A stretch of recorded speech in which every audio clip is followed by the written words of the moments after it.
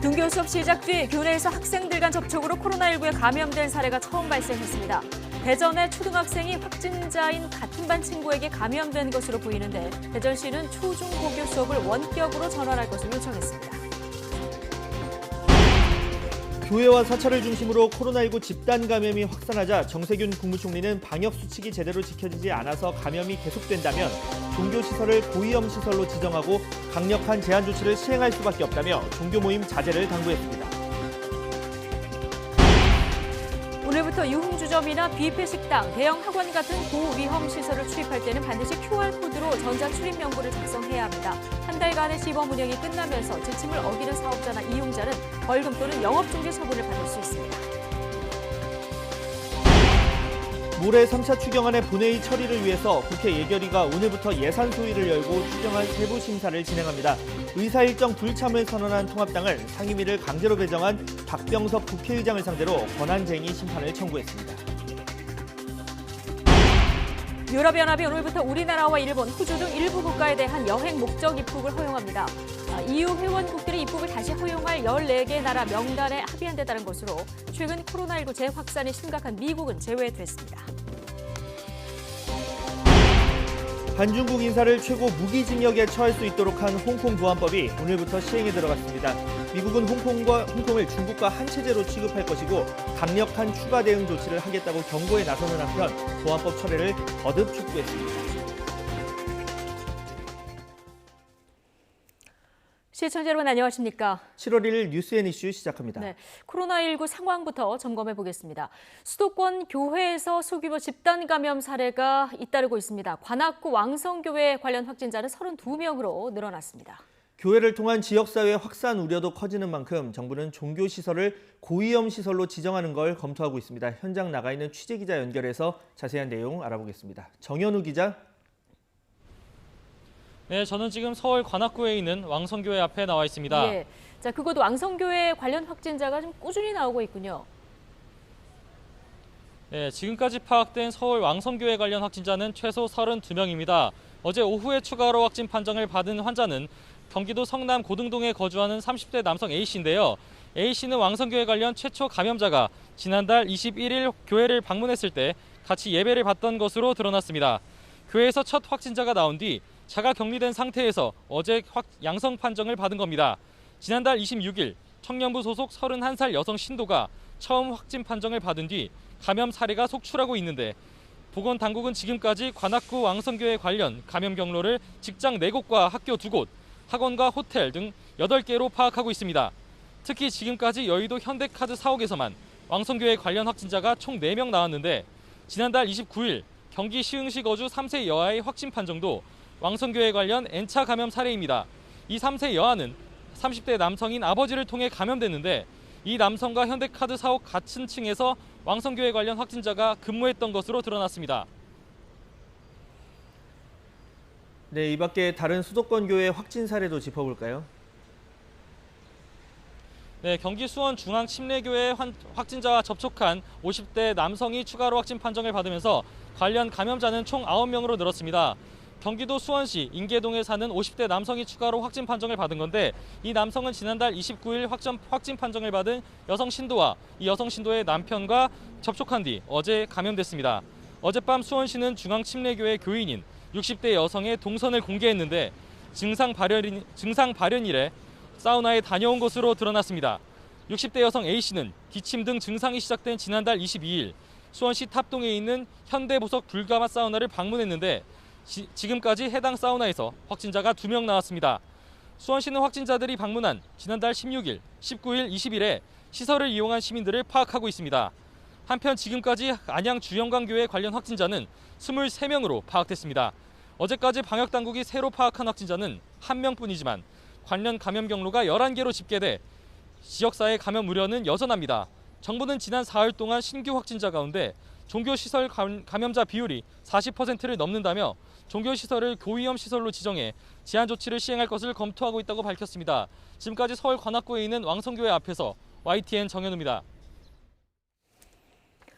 대전의 한 초등학교에서 코로나19 확진 판정을 받은 학생과 같은 반 학생의 추가 감염이 확인됐습니다. 학교 내 접촉이 감염 원인이라면 첫 번째 교내 전파 사례가 되는 겁니다.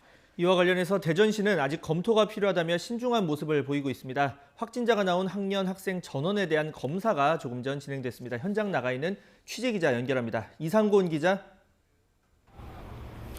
네, 대전 동구보건소 선별진료소에 나와 있습니다. 예, 지금 그곳에서 그 확진자가 나온 학년 학생들은 다 검사를 받은 겁니까?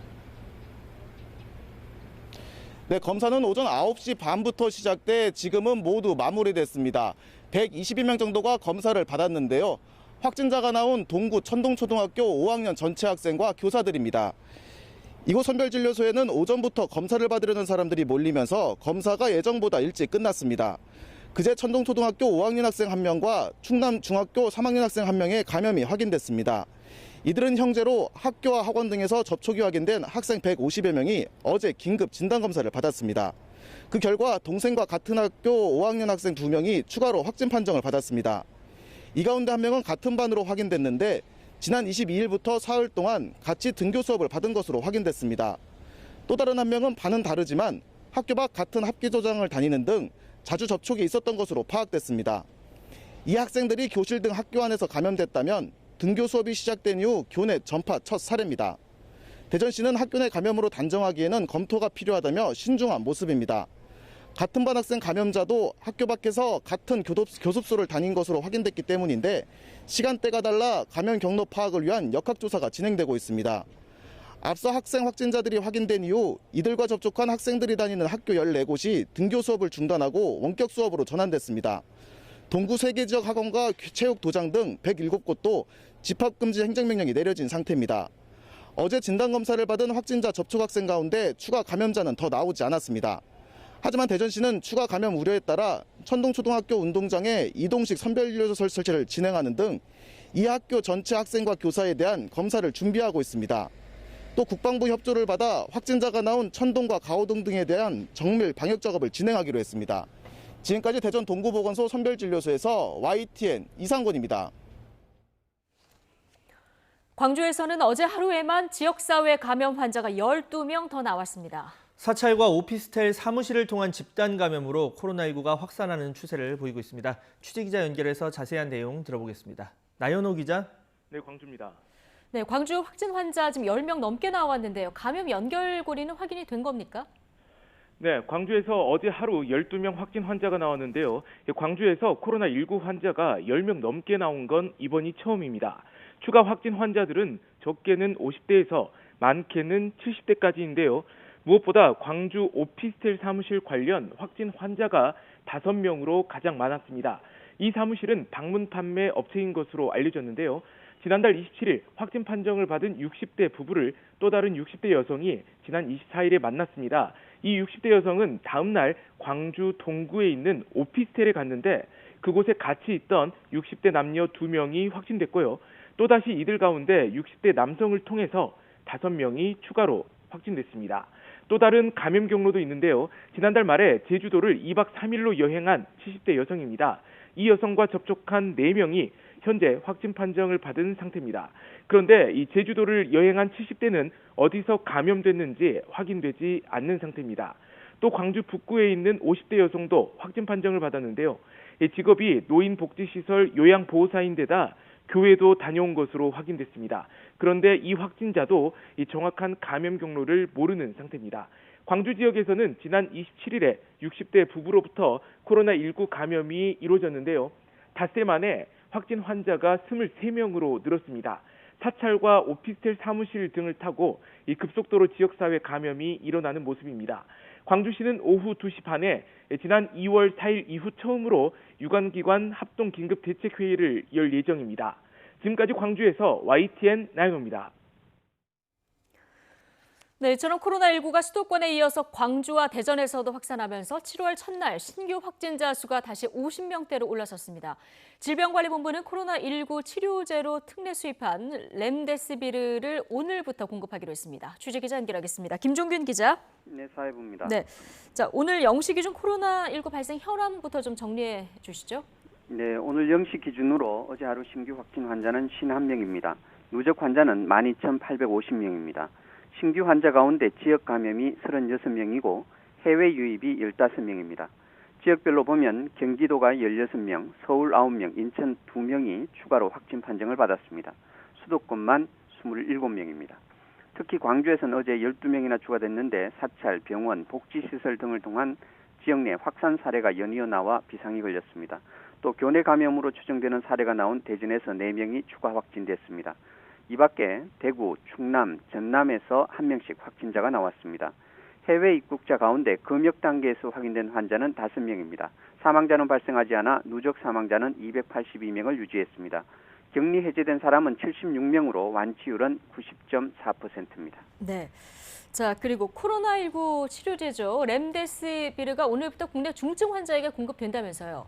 네, 질병관리본부는 코로나19 치료제로 특례 수입한 렘데시비르를 오늘부터 공급한다고 밝혔습니다. 우선 투약 대상은 폐렴이 있으면서 산소 치료가 필요한 중증 환자입니다. 질병관리본부는 이달까지 무상 공급 물량을 우선 확보하고 다음 달부터 가격 협상을 통해 구매를 진행한다는 계획입니다. 애초 에볼라 치료제로 개발된 렘데시비르는 최근 미국 국립보건원 임상시험에서 코로나19 환자의 회복 기간을 31% 단축한 것으로 나타나 FDA 긴급 사용 승인을 받았습니다. 지금까지 사회부에서 YTN 김주균입니다. 교회와 사찰 등 종교시설을 중심으로 코로나19 집단 감염이 확산하자 정부는 감염이 지속된다면 종교시설을 고위험시설로 지정하고 강력한 제한 조치를 시행할 수밖에 없다고 강조했습니다. 정세균 국무총리의 중앙재난안전대책본부 회의 모두 발언 듣고 오시겠습니다. 최근에 교회, 사찰 등 종교시설을 통한 감염 사례가 수도권, 비수도권을 가리지 않고 연일 발생하고 있습니다. 3일간의 신규 확진자 가운데 종교시설에서 감염된 비율이 40%를 넘고 있습니다. 종교시설에서의 작은 불씨가 N차 감염으로 이어지면서 가족과 지역사회로 확대 재생산되고 있는 양상입니다. 종교시설 집단 감염은 가장 기본적인 방역 수칙이 제대로 지켜지지 않기 때문에 계속 발생하고 있습니다. 소규모 모임, 수련회 등 밀접 접촉을 유발하는 종교 활동은 최대한 자제하여 주시기 바랍니다. 감염이 계속된다면 정부는 국민의 안전을 위해 불가피하게 종교시설을 고위험시설로 지정하고 강력한 제한 조치를 시행할 수밖에 없습니다. 유흥주점 등 코로나 고위험 시설을 출입할 때 QR코드를 활용한 전자출입 명부 작성이 오늘부터 의무화됩니다. 대상은 방문 판매 업체와 물류센터, 300인 이상 대형 학원과 뷔페 식당을 비롯해서 헌팅포차와 감성주점, 유흥주점과 단란주점, 콜라텍, 노래 연습장, 실내 집단 운동시설과 실내 스탠딩 공연장 등 12개의 고위험 시설입니다. 이를 지키지 않으면 사업주나 이용자가 300만 원 이하의 벌금을 물 수 있고 시설의 경우에는 사실상 영업 중지를 의미하는 집합 금지 명령 등 행정 처분을 받을 수 있습니다. QR코드를 통해서 수집된 개인정보는 4주가 지나면 파기됩니다. 코로나 사태로 막혔던 유럽 여행길이 열렸습니다. 유럽연합 EU가 오늘부터 우리나라 등 모두 14개의 나라에 대해서 입국을 허용하기로 한 겁니다. 이런 가운데 코로나19 재확산 우려가 커지고 있는 영국과 호주는 일부 지역에 대한 봉쇄 조치가 내려졌습니다. 보도에 김상우 기자입니다. 그리스의 아테네를 비롯해서 스페인과 이탈리아 등 유럽의 주요 관광지의 식당과 상가 대부분이 한산합니다. 본격적인 휴가철을 앞두고 유럽연합 EU가 한국과 일본, 뉴질랜드 등 역의 14개국에 대해 입국을 허용했습니다. 코로나19 사태로 지난 3월 중순 입국이 금지된 이후 약 석 달 만입니다. 중국의 경우 유럽 시민들의 중국 입국이 이뤄지면 EU 입국을 허용한다는 단서를 달았습니다. 코로나19가 재확산 중인 미국은 입국 허용 대상에서 제외됐습니다. È molto importante, perché sono un paese che ha molti abitanti, comunque il turista è un numero elevato, cioè che viene comunque a Roma, è sempre venuto. Se quelli non vengono, giustamente diminuisce ogni cosa, ecco. 일부 EU 회원국은 이미 일부 여개 국가에 대해 입국을 허용한 상태로 입국 시 격리 조치 등의 구체적인 시행안을 자체 마련할 것으로 예상됩니다. EU의 이런 해외 관광객 유치 조치와는 달리 영국은 중부도시 레스터에서 코로나19가 급속도로 재확산하자 지역 봉쇄 조치를 내렸습니다. 영국에서 전체가 아닌 지역별로 봉쇄 조치를 도입한 것은 이번이 처음입니다. 이에 따라 학교는 문을 닫고 식료품점과 약국 등을 제외한 비필수 영업장은 휴업에 들어갑니다. Devastated, a little frustrated because we were preparing ourselves from the 15th of June onwards to go back to some form of normality. 남반구의 호주도 영국처럼 비슷한 사태에 직면했습니다. 멜버른의 경우 코로나19 일일 신규 확진자가 연일 두 자릿수를 기록하면서 4주간의 봉쇄령이 내려졌습니다. EU 국가들은 관광객 유치에 나서면서도 영국과 호주처럼 코로나19 2차 유행 조짐이 유럽 대륙에 언제든지 찾아올 수 있어 긴장의 끈을 풀지 못하고 있습니다. YTN 김상호입니다. 미국에서 하루 10만 명 이상의 코로나 확진자가 나올 수 있다고 보건 당국자가 경고했습니다. 빗장을 푼 일부 주에서 확진자가 증가하는 가운데 텍사스에서는 영업 폐쇄 명령에 술집 업주들이 주지사를 상대로 소송을 내는 등 갈등도 커지고 있습니다. 워싱턴 강태욱 특파원의 보도입니다. 미국 백악관 코로나19 대응팀의 대표격인 앤서니 파우치 소장이 연일 경고를 날리고 있습니다. 상원 청문회에서 미국의 하루 신규 환자가 10만 명까지 치솟을 수 있다고 경고한 겁니다. 이는 환자가 가장 많이 나온 4만 5천여 명보다 2배가 넘는 수치입니다.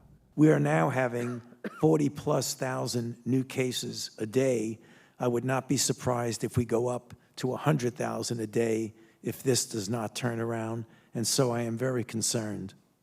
확산 초기 때보다 위험이 올라가고 있다며 큰 공경에 빠질 수 있다고 강조했습니다.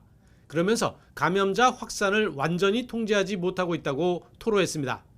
특히 마스크 착용과 사회적 거리 두기 등 정부가 마련한 가이드라인조차 무시되고 있다고 우려했습니다.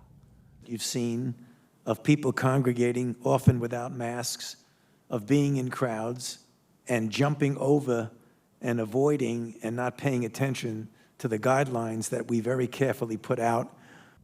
애리조나주가 술집과 체육관 등을 최소 30일간 폐쇄하기로 하는 등 경제활동 재개를 중단한 주가 속속 늘고 있습니다. 매사추세츠주는 뉴욕주처럼 감염자가 급증하는 주에서 오는 방문자들에게 자가격리 조치를 명령했습니다. 환자가 줄고 있는 뉴욕과 로드아일랜드 등 주변주 7곳을 뺀 42개 주가 해당됩니다. 이런 가운데 텍사스주에서는 술집 업주들이 주지사를 상대로 소송을 제기했습니다. 감염자 확산을 이유로 다시 폐쇄 명령을 내린 것에 대한 반발입니다. 재선에 눈이 먼 트럼프 대통령과 행정부의 지도력 부재에 주들 사이는 물론 주민들 간 갈등까지 코로나19에 미국의 난맥상이 고스란히 드러나고 있습니다. 워싱턴에서 YTN 강태욱입니다. 코로나19 위기 극복을 위한 노사정 대표자 회의가 합의에 도달했지만 민주노총의 내부 갈등으로 김명환 민주노총 위원장이 서명식에 참석하지 못하면서 합의가 무산됐습니다. 코로나19 노사정 대표자들은 오늘 오전 10시 반 국무총리 공관에서 합의문에 서명하고 합의 타결을 공식 선언할 예정이었습니다. 그러나 민주노총 내부에서 합의에 반대하면서 김 위원장의 서명식 참석을 저지해서 결국 합의문 서명식이 취소됐습니다. 당초 합의문에는 경영계는 경영 악화 상황에서도 고용이 유지되도록 최대한 노력하고 노동계 역시 근로시간 단축이나 휴업 등 고용 유지를 위한 조치에 적극 협력하는 등의 내용이 담겨 있었습니다. 국무총리실은 노사정 대표자 회의가 최종 결렬된 것인지에 대해서는 아직까지 공식 입장을 내놓지 못하고 있습니다.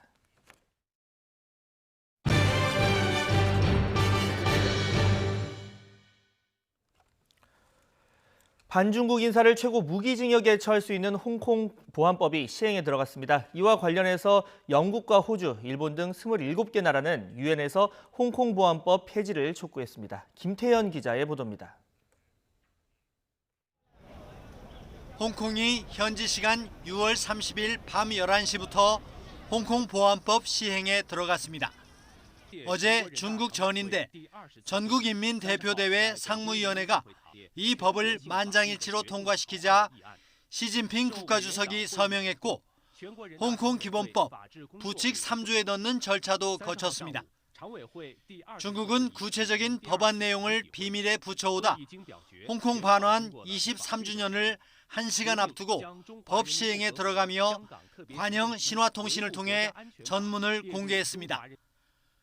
홍콩 보안법은 국가 분열과 국가 정권 전복, 테러 활동, 외국 세력과의 결탁 등 4가지 범죄에 대해 최고 무기징역형으로 처벌할 수 있도록 했습니다.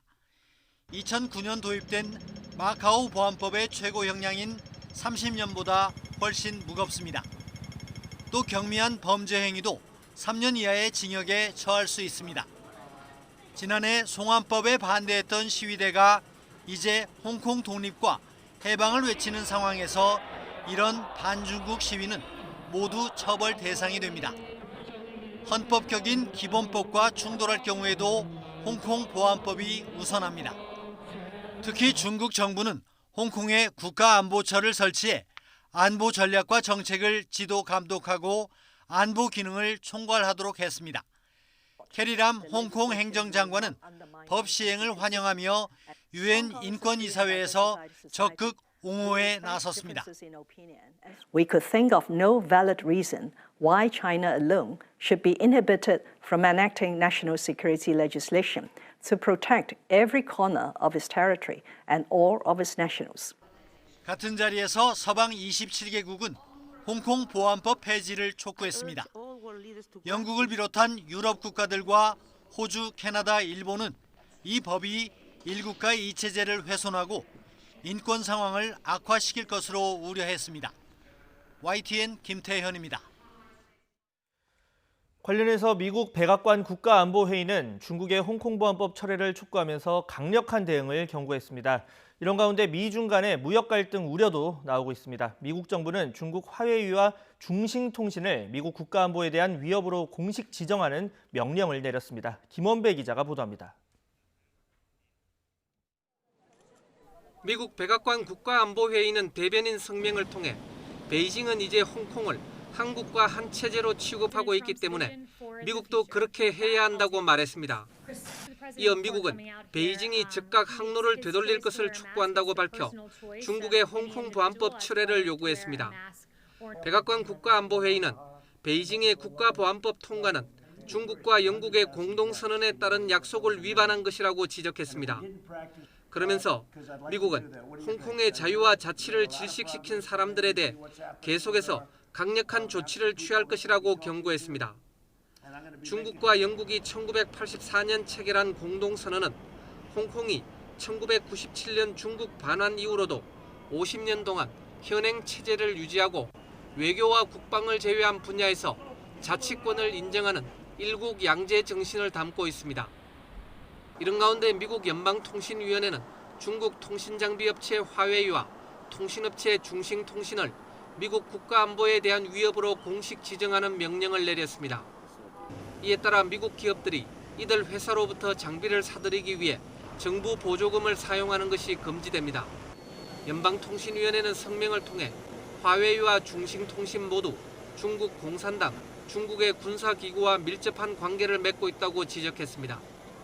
이어 미국은 중국 공산당이 네트워크 취약점을 악용하고 중요한 통신 인프라를 훼손하는 것을 허용할 수 없고 허용하지 않을 것이라고 밝혔습니다. 무역 전쟁에 이어 코로나19 등으로 양국 긴장이 고조된 상황에서 홍콩 보안법 문제까지 불거지면서 미국과 중국 갈등은 더욱 악화할 전망입니다. YTN 김원배입니다. 한 유명 제약사가 전문 의약품을 위생관리가 엉망인 천막에 며칠씩 보관해 놓는 것으로 YTN 취재 결과 드러났습니다. 이 습도와 온도 조절 장치도 없어서 의약품 관리 규정을 어겼을 가능성이 큰데 특히 요즘처럼 무덥고 습한 때 자칫 변질된 의약품이 유통된 건 아닌지 우려되고 있습니다. 손효정 기자가 단독 취재했습니다. 한 제약사의 의약품 보관 창고. 바로 앞에 천막이 있습니다. 안에 들어가 보니 생리식염주사액 등 전문 의약품이 한가득 쌓여 있습니다. 한쪽 구석엔 거미줄이 쳐져 있고 바닥엔 하얀색 새똥이 가득합니다. 얼핏 봐도 관리가 엉망입니다. 새들이 살고 뭐 차도 들어가서 뭐 주차하고 뭐 여러 가지 좀 문제가 될 것 같아서. 의약품 보관과 유통을 위해선 식품의약품안전처 의약품안전규칙에 따라 더러운 곳에서 분리해 적정한 습도와 온도를 유지해야 합니다. 특히 실온 보관이 원칙인데 통상 실온은 1도에서 30도를 의미합니다. 천막안 온도를 재보니 40도를 훌쩍 넘습니다. 전국 병원에 납품되는 의약품이 습도와 온도를 조절하는 설비가 없는 곳에 보관되고 있는 겁니다. 여기다가 체크를 해보니까 40도가 올라갔고 또 천막에다 대고서 했을 땐 44도인가 3박 4일 정도 여기에 있었다고 봐야죠. 제약사 위탁을 받아 창고를 관리하는 물류업체도 잘못을 인정했습니다. 실수한 거는 맞아요. 근데 제가 뭐 인정을 안 하는 건 아니지만 식약처 허가를 받은 창고를 놔두고 굳이 천막에 의약품을 둔 이유는 뭘까? 업체 측은 택배기사들이 손쉽게 실어 나를 수 있도록 당일 출하 의약품에 한해 천막 안으로 옮겨놓았다고 해명했습니다. 보관하는 창고, 출하량 파는 창고 안에 분리해야 되고 새벽에는 가져가야 되고 어떤 시각에 봤을 때는 조건이 좀 일탈되는 그런 데 보관한 거 아니냐라고 할 수도 있고. 그러면서 천막에 의약품을 옮겨놓은 건 출하 과정에 해당해 식약처 규정의 적용 대상이 아니라고 주장했습니다. 보관의 관점과 아니면 출하의 관점에서는 문제가 없다고 판단하니까 그렇게 한 거죠. 식약처는 보관 기준을 어긴 곳에서 의약품을 오랜 시간 놔둔 것을 문제로 보고 있습니다. 또 40도가 넘는 곳에 의약품을 놔두면 변질 우려가 있다고도 지적했습니다. 기본적으로는 제품이가 어느 단계에서나 유통에서는 보관 조건을 지켜야 한다고 보시면 될 것 같아요. 의약품 안전규칙을 어기면 식약처는 해당 품목에 대해 최소 1개월 판매 정지를 내릴 수 있습니다. YTN 손유정입니다. 네, 이번엔 국회로 가보겠습니다. 추경안 지금 정부안보다 3조 원 정도 늘어서 38조 원 규모입니다. 처리를 위해서 오늘부터 이틀 동안 국회에서 세부 심사가 진행됩니다. 통합당이 의사 일정 불참을 선언한 가운데 상임위를 강제로 배정한 박병석 국회의장을 상대로 권한쟁의 심판도 청구했습니다. 취재기자 연결합니다. 한현희 기자. 네, 국회입니다. 네, 지금 코로나로 경제 상황이 좋지 않다 보니까 추경 심사가 급하긴 한데 그러다 보니까 일부 졸속 심사가 나오는 것 아니냐 이런 우려도 있습니다. 오늘은 어떤 심사를 진행합니까? 네, 어제 전체 회의에서 3차 추경안을 큰 틀에서 살폈다면 오늘은 예산 소위를 열고 세부 심사를 진행합니다. 오후 2시에 시작될 예정인데요. 우선 오늘은 이 감액할 부분에 대해서 짚어볼 예정입니다. 앞서 지난 월요일 진행된 예비 심사에서는 법사위와 국방위가 각각 4천만 원과 9억 2천만 원을 감액하는 것으로 의결했는데요. 이렇게 각 상임위에서 진행한 예비 심사와 예결위 전체 회의에서 감액하기로 한 부분이 적절한지를 살펴보는 겁니다. 이 작업이 끝나면 어떤 부분을 늘릴지 증액 심사를 이어가고 또 총액을 조정한 뒤에 자료 정리를 진행하게 되는데요. 내일까지 이런 작업들을 마무리하고 모레 본회의를 열고 3차 추경안을 처리한다는 계획입니다. 이 상임위원장 배정에 반발하며 의사일정 보이콧을 선언한 통합당은 어제 예결위 전체 회의에도 참석하지 않았습니다. 통합당 주호영 원내대표는 SNS에 글을 올려 민주당이 예결위 심사 기한을 일주일 이상 늘려 야당과 함께 검토하자는 제안을 거부했다고 비판하며 국회가 통제받지 않는 폭주 기관차가 됐다고 꼬집었습니다. 또 한 방송에 출연해서는 청와대와 정부의 요청대로 하는 것에 들러리 설 필요가 없다는 것이 당의 공식 입장이라고 밝히기도 했는데요. 그러면서도 보이콧이 길어지지는 않을 것이라고 밝혔습니다. 직접 들어보시겠습니다. 뺨을 두들겨 맞고 바로 돌아서서 웃을 수는 없지만은 우리가 국회는 포기하지 않고 열심히 투쟁하겠다고 말씀을 드렸기 때문에 보이콧이 길어지지는 않을 것 같습니다. 다만 주 원내대표는 상임위가 강제로 배정된 채로 일할 수 없다며 의원들의 능력이나 전문성을 살리기 위해서 상임위를 재조정할 것이고 이 과정이 끝나면 국회로 복귀해서 상임위 활동을 할 것이라고 강조했습니다. 또 이와 관련해 통합당은 박병석 국회의장이 상임위를 강제 배분한 것이 의장의 권한을 남용한 것이라며 헌법재판소에 권한쟁의 심판을 청구했습니다. 네, 추경안 처리와 각종 의사 일정의 속도를 내고 있는 민주당도 이 나 홀로라는 부담이 있긴 마찬가지일 텐데요. 오늘은 통합당을 향해서 어떤 입장을 내놨습니까? 네, 민주당 이해찬 대표는 오늘 최고위원회의에서 자신도 14대 국회에서 지금 통합당이 겪는 무력감을 많이 경험했다며 통합당의 입장을 충분히 이해한다고 밝혔습니다. 그러나 지금 통합당은 너무 지나치다고 비판했는데요. 당시 상황이 어려웠지만 자신은 끝까지 국회를 포기하지 않았다며 통합당 역시 7월 임시국회에는 반드시 참여해달라고 촉구했습니다. 직접 들어보시겠습니다. 어려운 국민들은 관심이 없고 오로지 자기들의 처지만을 생각하는 그런 모양을 연출을 하고 있습니다. 안타깝기 그지없습니다. 김태년 원내대표도 통합당이 국민을 위해 일할 생각이 있다면 오늘이라도 즉시 국회로 돌아와서 예결위에 참석하라고 강조했는데요. 민주당은 7월 임시국회에서 일하는 국회법과 질병관리본부를 질병관리청으로 승격하는 정부 조직법 개정안 그리고 민생법안 처리에 집중한다는 계획입니다. 앞서 이 대표가 이 법정 시한인 7월 15일에 맞춰서 공수처를 출범해야 한다고 밝힌 만큼 7월 임시국회에서 공수처 관련 후속 법안을 처리하는 것이 아니냐는 관측도 나왔지만 강행하지는 않겠다는 방침입니다. 야당이 복귀하는 대로 대화와 협상을 이어가겠다는 입장인데요. 일하는 국회법과 관련해 민주당은 오늘 정책의원 총회를 열었고 의원들의 의견을 수렴해서 민주당 1호 법안으로 제출할 예정입니다. 지금까지 국회에서 YTN 한현입니다.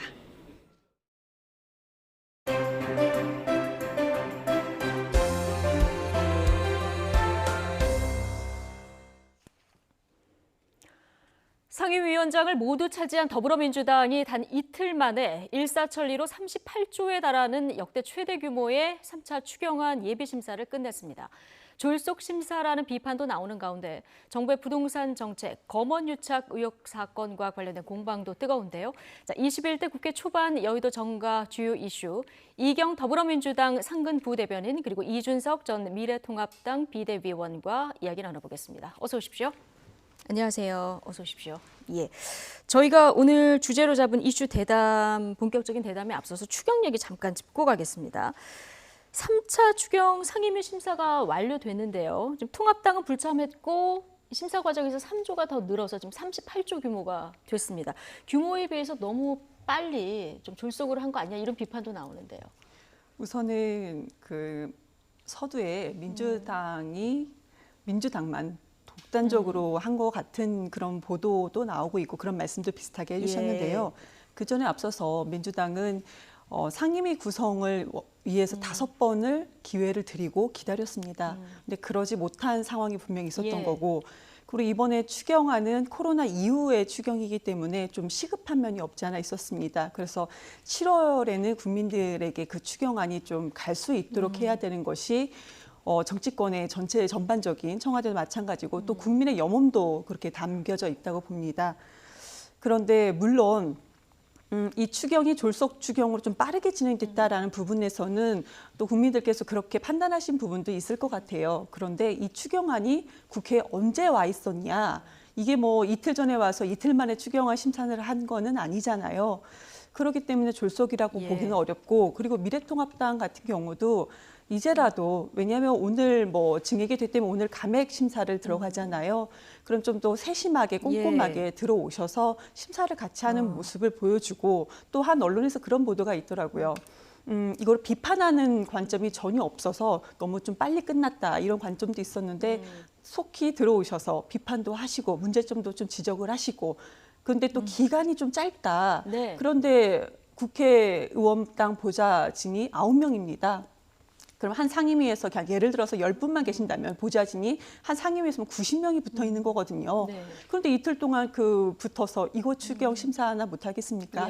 네. 일단 빠르긴 하지만 코로나19로 인한 상황이 워낙 시급하기 때문에 또 기존에부터 다 있었던 거기 때문에 졸속 심사라고 딱 단정하기는 어렵다 얘기를 해주셨고 통합당 이제라도 들어와서 빨리 그럼 같이 들여다보자 얘기를 하셨습니다. 어떤 구상이십니까? 아까 주호영 원내대표 말한 게 맞죠. 신나게 두들겨맞아 멍이 빠지지도 않았는데 해가지고 얼굴을 들이밀고 있기에는 좀 민망한 상황일 정도로 그 정도로까지 이제 맞았죠 저희는. 왜냐하면 사실 지금 뭐 김태년 원내대표 협상하는 걸 보고 이해찬 대표는 뭐 사리가 생길 것 같다 이렇게 얘기했는데 제가 늘상 강조하지만은 사리라는 거는 스님들이 수행하면서 먹을 거 덜 먹고 입을 거 덜 입고 놀고 싶은 거 덜 놀고 해가지고 쌓은 게 살이인데 자기들 가질 거 평소보다 더 많이 가졌으면서 무슨 살이가 생긴다는 건지 저는 이런 어떤 적반하장식 자세를 가지고 있는 한 네. 뭐 진정성을 의심할 수밖에 없는 상황이다. 예. 아까 이경부 대변인이 말씀하셨던 것처럼 결국엔 감액 심사할 때 있어가지고 좀 니네가 태클 좀 걸어주면 안 돼? 이거야말로 필요할 때만 야당을 찾는 행위입니다. 왜냐하면 자기들이 봤을 때 독단적으로 진행할 때는 뭐 증액하고 이럴 때는 아무 필요성을 느끼지 못하다가 이제 감액할 때 되니까 너무 이렇게 아무도 태클 안 거니까 나중에 우리가 민주당이 들어오지 말라고 한 건 아니잖아요. 그런데 책임을 질 때가 되니까 이제 책임을 져야 될 때가 오니까 얘네도 동의했어 이러면서 넘어가려고 지금 이야기하는 것인데 아니 증액할 때도 그러면 좀 더 진정한 자세로 이제 임했으면 좋지 않았을까 저는 이런 생각이고 어제 11일까지 좀 시간을 늘려주면 참여하겠다 이런 의견이 잠깐 나왔다 들어갔거든요. 이거 어떻게 된 겁니까? 왜냐하면 실제로 총의를 모아보니까 그런 예. 식의 요식행위성 그러니까 너희도 좀 와서 숟가락 얹어라라는 식으로 활용될 개연성이 높다 지금부터 그런 생각이 들었던 것이고 사실 지금 이제 뭐 국민에게 아까 뭐 코로나로 인해 가지고 뭐 이런 추경 예산을 빨리 전달해야겠다라는 이런 취지를 내세워가지고 또 계속 이제 야당에 대한 공격을 계속 할 거거든요. 어떤 감액을 시도하거나 아니면 어떤 뭐 지적을 할 때마다 너희들은 국민들한테 추경이 가는 걸 원치 않는 것이냐 뭐 이런 식으로 선악의 구도로 만들어 버릴 것이기 때문에 지금 상황에서는 좀 맞은 거 붓기 빠질 때까지는 좀 조심스러운 자세입니다. 붓기 빠질 때까지 좀 기다려달라고 말씀하셨는데요. 두들겨 맞았다고 말씀을 해주셨는데요. 강도당했다고 할까요? 그러면 저희 법사위 가져갔다고? 아니 지금 뭐 그거에 대해서 네. 저희가 그 단어 하나 가지고 네. 지금 얘기할 필요는 네. 없을 것 같고요. 근데 실제로 그러니까 찾을 수가 없었어요. 그런데 미통당에서 원했던 건 뭐냐면 그 법사위 위원장 자리를 원했던 거잖아요. 그래서 민주당에서는 그럼 체계자구 심사 권한을 좀 축소를 하고 우리가 좀 이렇게 같이 해보는 건 어떻겠냐라고 제안을 했는데 그것도 거부를 했어요. 그래서 그거를 거부한 다음에 이제 와서 나중에 뒤늦게서야 법사위의 체계자구 심사권을 좀 축소하고 좀 미통당이 그 안을 나중에 내놨단 말이에요. 이게 좀 잘못됐다라는 자성의 목소리가 언론에도 보도가 됐고 자성의 목소리가 그 미통당 내에서 나왔습니다. 그리고 뭐 선악의 구도라고 누가 그런 얘기를 했어요? 장재훈 의원님은 네. 그게 지도부 입장입니까? 저희가? 뭐 지도부의 입장이다 제가 말씀드린 적은 저희가 그럼 없고요. 금태섭 의원 보고 민주당이 자성하고 있다고 선악의 생각하면 되는 구도라고 겁니까? 말씀을 하시는데 국민을 위한 추경입니다. 근데 이걸 누가 선악의 구도라고 말씀을 어떻게 감히 할 수가 있는지 미통당이 그럼 악인가요? 민주당은 미통당이 악이라고 얘기한 적이 한 번도 없습니다. 그리고 정치권에서 선과 악이 어디에 있겠어요? 미통당도 분명히 국민이 잘 살기를 원하도록 하시는 건데 어떻게 이걸 선악의 구도로 그렇게 몰고 가시는지 무덤 파는 거 아니신가요? 어떻게 가지고 있던 걸 뺏어간 다음에 강도짓을 하고 나서도 어떻게 이거 뺏어간 것을 지금 이제 저희한테 오히려 반성하라고 하는 것인지 저는 그거 굉장히 안 좋은 태도다. 지금이라도 보면은 우리가 어쩌다 보니까 특수한 상황 속에서 법사위를 가져가게 됐다. 그러면 앞으로 미래통합당 의사를 존중하겠다든지 최소한의 유감 표명이라든지 이런 것이 있어야 되는데 제가 아까 말씀드렸잖아요. 체계자구 심사권 필요하면 가져가라라고 오히려 얘기한 것이 미래통합당이에요. 법사위를 법제위와 사법위원회를 분리해가지고 그럼 민주당이 법제위를 가져가라. 그럼 사법위를 우리가 가져가면 되는 거 아니냐. 합리적인 안을 제시했음에도 불구하고 공수처니 법원이니 검찰 등에 대한 통제력도 이룰 수 없기 때문에 사법위까지 가져가겠다는 생각 때문에 결렬된 것이지 아까 법 고치기 전에 그냥 법제위로 나누자는 안을 그럼 받았어야죠. 그거는. 법제위 사법위 나누자는 얘기는 나중에 나왔던 거고요. 처음부터 그렇게 만약에 요청을 했다면 좀 지금 상황이 좀 달라졌을 것 왜냐하면 같아요. 법사위를 소수당이 가져가는 것이 원래 원안이었기 때문에 원안에서 협상을 시작한 것이고 그러면 당연히 조금 후퇴하는 입장을 보이는 미래통합당 측 어떤 제안을 받아들였어야 되는 게 민주당의 그런 운명이죠. 예, 알겠습니다. 이 상임위 구성은 그런데 어쨌든 끝났고 지금 추경 심사 중이고 통합당 내에서 여러 가지 목소리가 나오는 것 같았는데 지금 이준석 전 최고위원 말씀 들어보면 지도부 의견은 앞으로도 이 심사에 참여하지 않겠다. 물론 이렇게 되는 중간에 거죠? 어쨌든 민주당의 입장 표명 변화라든지 저희도 봤을 때 변수가 없는 한 저희가 민생을 뭐 챙기지 않을 수가 없습니다. 그런데 지금 이미 지적되는 증액 안들 중에서 도저히 이건 묵고 할 수 없다라는 것들이 있을 때는 당연히 당에서 참여해야 된다는 여론이 높아질 겁니다. 예, 알겠습니다. 뭐 국회에서 들어오는 속보 또 상황을 보고 저희가 더 전해드리도록 하고 자 그런가 하면 어제 추경 심사를 위해서 소집된 국회 예결위에서 현 정부의 부동산 정책을 두고 설전이 벌어졌습니다. 무소속 이용호 의원의 질의 그리고 김현미 국토부 장관의 답변 내용까지 듣고 오시겠습니다. 지금 22번째 대책을 냈죠. 4번째 냈습니다. 23번째? 4번째 냈습니다. 4번째요? 24번째까지 그냥 4번째 냈습니다. 4번째입니까? 그럼 정부 22번째 부동산 규제 정책 이것을 보도 이건 잘못된 거예요? 네, 언론들이 온갖 정책들을 다 부동산 정책이라고 카운트해서 만들어낸 숫자입니다. 그때 발표한 것이 정책 아니에요? 어떤 거요? 그때 발표하는 것이 정책 아닙니까? 주거복지 정책도 부동산 대책이라고 카운트하는 거고요. 모든 걸 다 집값 관련해서 대책 내세운 거 아니에요? 이거 뭐 4번이냐 22번이냐 저는 그거에 대해서 숫자에 논쟁하고 싶은 생각은 없는데요. 의원님께서 모르시니까 대답한 겁니다. 4번을 냈으면 3번은 실패한 거네요? 아닙니다. 지금까지 정책은 다 종합적으로 작동하고 있다고 봅니다. 잘 가고 있습니까? 작동하고 있다고 봅니다. 지금 뭐 4번째냐, 뭐 21번째냐, 2번째냐 이게 뭐 중요한 건 아닌 것 같고요. 지금 이용호 의원이 하고 싶은 거는 정책을 이렇게 많이 내놨는데 왜 집값을 못 잡느냐 이 얘기를 하는 것 같아요. 지금 김현미 국토부 장관 지금 여러 가지 정책이 다 종합적으로 그러니까 작동하고 있다는 표현을 썼는데 어떻게 받아들이셨습니까? 부동산 정책에 대해서는 지금 현재 문재인 정부나 그 과거의 정부들을 봤을 때 참 어려운 부분인 것 같아요. 뭐 제가 전문가도 아니고 여기 나와서 이렇다 저렇다 말씀드리기가 참 어려운 문제인 것 같아요. 우선은 뭐 몇 번째냐 이것도 정말 문제가 되지 않는 건 맞는 거고요. 그러니까 순조롭게 좀 작동은 계속 돼가고 있다. 그러나 이거는 정책을 내놨을 때 그게 작동되는 부분에서 순조로운 거지 국민들께서 체감할 때조차도 이게 정말 순조롭고 정말 타당하다 이런 뜻이라고는 전 받아들이지 않습니다. 저는 이제 여당에서 어떤 정책을 펼 때 딱 필요한 거 한 가지만 전곡을 찔러가지고 하면 되는 게 보통 정책인데 다 그거 빼놓고 다 건드리고 있어요. 지금 보면은 부동산에 있어서든지 핵심을 피해서 다 어떤 재화든지 간에 수요 공급에 있어가지고 적절한 대책을 내놓으면은 시장은 합리적으로 반응합니다. 근데 지금 보면은 수도권 지역에서도 보면은 뭐 주거 밀집 지역, 특히 젊은 세대가 원하는 서울시 계 내에서의 주택 공급 대책이라든지 이런 것들은 나오지 않고 있고 나머지는 다 하고 있어요. 학생이 성적이 안 나온다 그러면은 뭐 총명탕을 끓이든 스탠드를 좋은 걸 사주든 뭐 딴 거 다 할 필요 없어요. 공부를 열심히 하면 되는 거거든요. 그거 빼고 다 하고 있어요. 지금 보면은. 그러니까 저는 이 상황 속에서 아까 김현미 장관의 뭐 작동하고 있다. 스탠드도 돌아가고 총명탕도 약효가 있죠. 공부를 안 하니까 문제지. 그러니까 저는 이 공급 대책에 대해 가지고 과연 정부가 무엇을 내놓을 수 있는지 저는 그거에 대한 답을 해야 될 때다 이렇게 봅니다. 진단이 잘못됐다.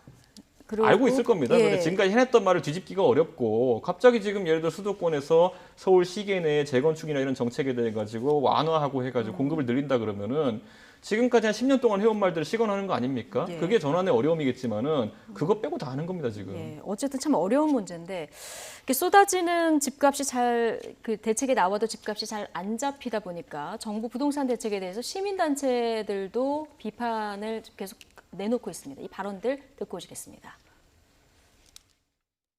정부 말을 믿고 움직인 사람들은 다 손해를 보고 정부 말과 반대로 한 사람들은 다 그 가격 상승으로 인한 불로소득을 얻었는데 집을 빨리 사지 않으면 큰 손해를 보겠다는 생각을 갖게 만들었고 정부가 어떤 정책을 내놔도 이제는 쉽게 시장에 영향을 주지는 못할 거라고 봅니다. 지금 감옥 구치소에 있는 전직 대통령이 규제를 풀어서 집값이 올랐다면 본인이 집권해서 21번의 대책을 내놨는데 그 21번의 대책이 아무 영향도 못 주고 전직 대통령 때문에 지금도 집값이 올랐다고 한다면 정말 무능한 정권이고 무능한 장관 그런 말을 할 자격이 없는 거죠.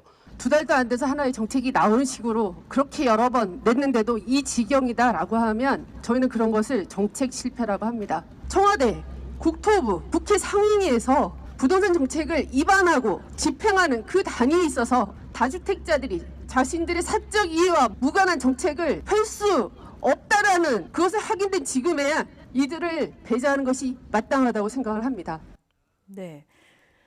지금 경실련에 이어서 참여연대 얘기까지 듣고 오셨는데 참여연대는 대표적인 진보 성향의 시민단체입니다. 문재인 정부의 부동산 정책이 잘못됐다 이렇게 단언해서 지금 비판을 하는 목소리 듣고 오셨는데 여당 내에서 어떻습니까? 지금 아까 이준석 최고위원도 진단이 잘못됐다는 얘기를 해주셨는데 뭐 진단부터 조금 다시 해봐야 되는 거 아니냐 이런 목소리는 혹시 안 나옵니까? 현재 여당에서는 공식적인 목소리는 아니지만 그런 산발적으로 그런 얘기는 나오는 것 같아요. 저 좀 제가 개인적으로 생각할 때도 경실련의 발언보다는 참여연대의 그런 발언은 솔직히 공감하는 부분도 좀 일정 부분 있고요. 마음이 상당히 좀 무겁고 그런데 조금 전에 그 이준석 전 최고께서 여당이 핵심을 찌르지 못한다라고 말씀을 주셨어요. 그러면은 야당에서도 이런 문제, 여당이 정말 못하면 야당에서도 좀 핵심을 찔러서 좀 추진해 주는 것도 되게 좋은 방법이 아닌가라는 생각이 들고요. 그런데 지금까지 야당을 보면 상임위도 꾸리지 않는 상황에서 무조건 구체적인 대안은 제시 없고 계속 이렇게 비판만 하는 부분에 대해서는 우리가 다시 한번 얘기를 해야 되지 않냐. 이렇게 해서는 안 된다라는 생각을 가지고 있습니다. 그리고 이번에 참여연대에서 얘기가 나온 게 이번에 6.17 대책이 나온 이유인 것 같아요. 막상 제 주변의 분들도 봐도 무주택자가요. 집을 구매를 하려고 해요. 그런데 일반 본인이 살 만한 그냥 집 하나가 아니고 약간 상가가 있는 건물을 같이 대출하려고 하면 그것마저도 다 막힌 건 사실이거든요. 이렇게 현실적으로 대책은 좋은 대책이라고 내놨어도 대출을 너무 옥죄다 보니까. 대출이 거의 아예 안 된다고 보면 됩니다. 그냥 뭐 신혼부부라든지 학생들에 대한 집, 무주택자가 집을 얻는 부분에 대해서는 주택담보대출이 뭐 70%까지 됐다가 지금은 뭐 60% 정도는 가능하다라고 있지만 이렇게 딱 집 한 채가 아닌 상가라도 하나가 있는 건물을 구매하고자 할 때에는 이게 대출이 아예 안 되는 것이 현실적으로 제 주변에서 그런 분들이 많아서 이번에 정부 대책은 조금 정말 돈이 없는 사람들한테는 더 어려운 게 아니냐라는 비판을 저도 받고 일정 부분 공감하고 있어서 참여연대의 그런 목소리를 지금 현 정부가 또 현 여당이 좀 귀를 기울여서 들어야 될 거라고 저는 개인적으로 생각을 하고 있습니다. 저는 보수 정권이 집권했을 때 아무것도 안 한 게 아니라 저희가 무수한 대안들을 냈는데 그때는 또 야당으로서 반대했잖아요. 예를 들어 지금 수도권에서 양질의 주거 환경을 원하는 젊은 세대가 많기 때문에 그러면은 서울 안에 많이 못 지을 거면은 외곽에 짓고 광역 교통 체계를 확충하자 그래서 GTX 하자 그랬더니만은 그 당시엔 또 토건 사업비를 반대했잖아요. 집권하고 나니까 또 안 될 것 같으니까 GTX 하잖아요.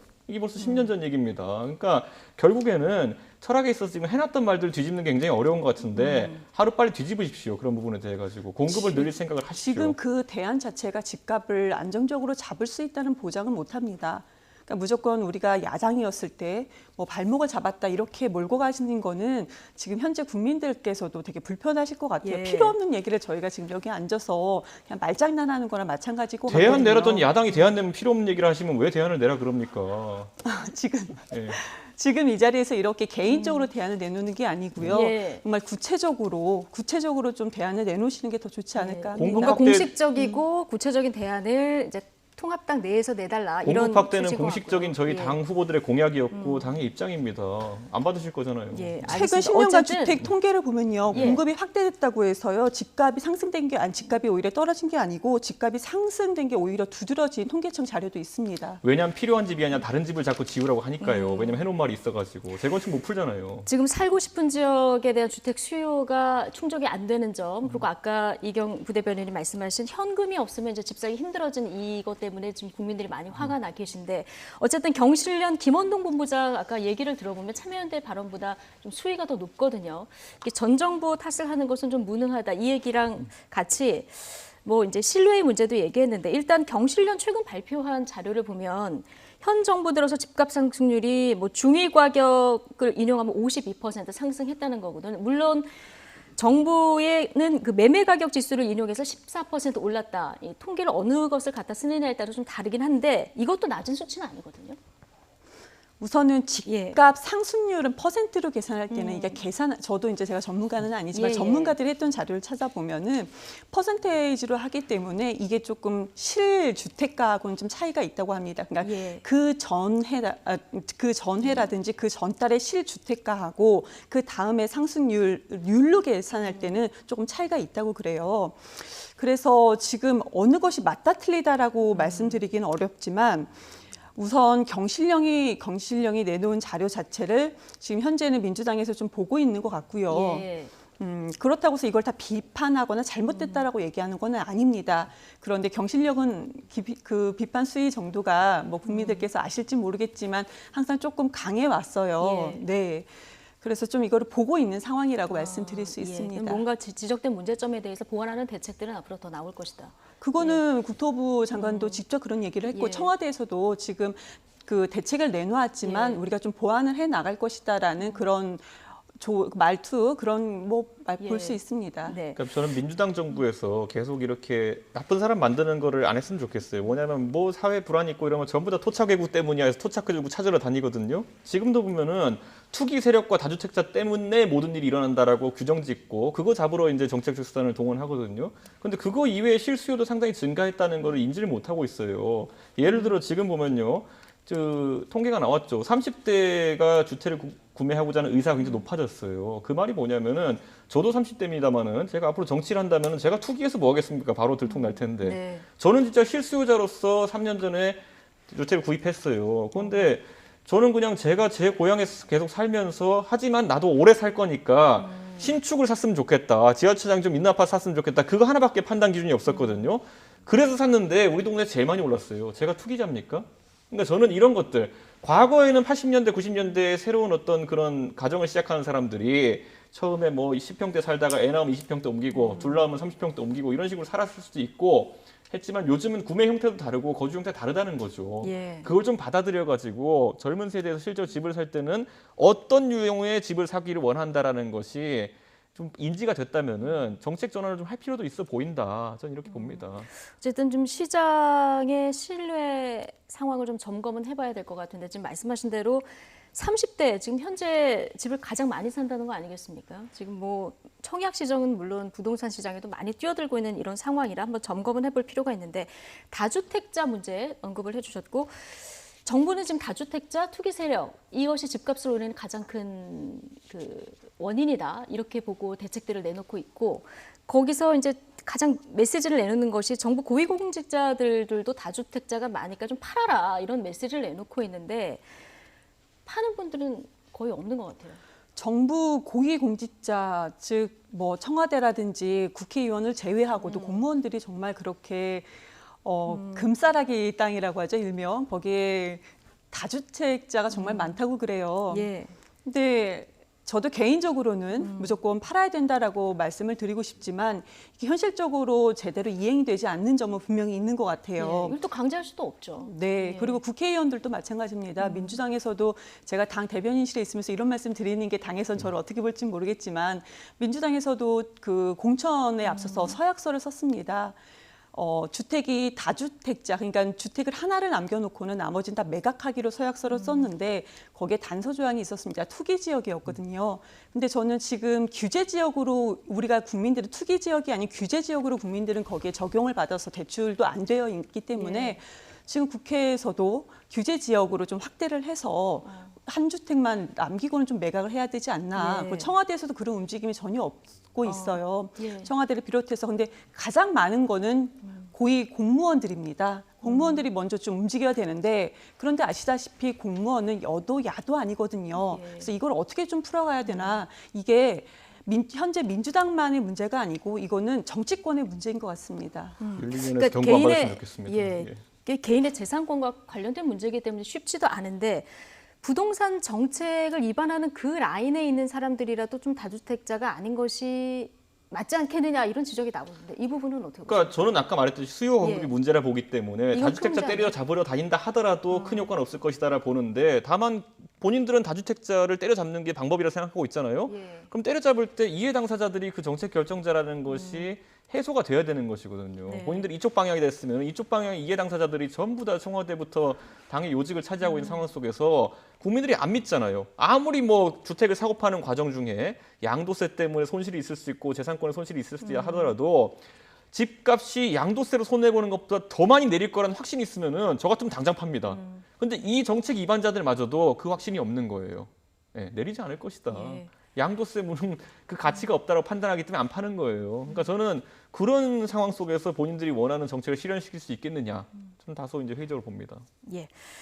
자, 부동산 문제 얘기하다 보면 뭐 끝날 것 같아서요. 다음 주제로 넘어가 보겠습니다. 이것만큼 요즘 뜨거운 이슈인데요.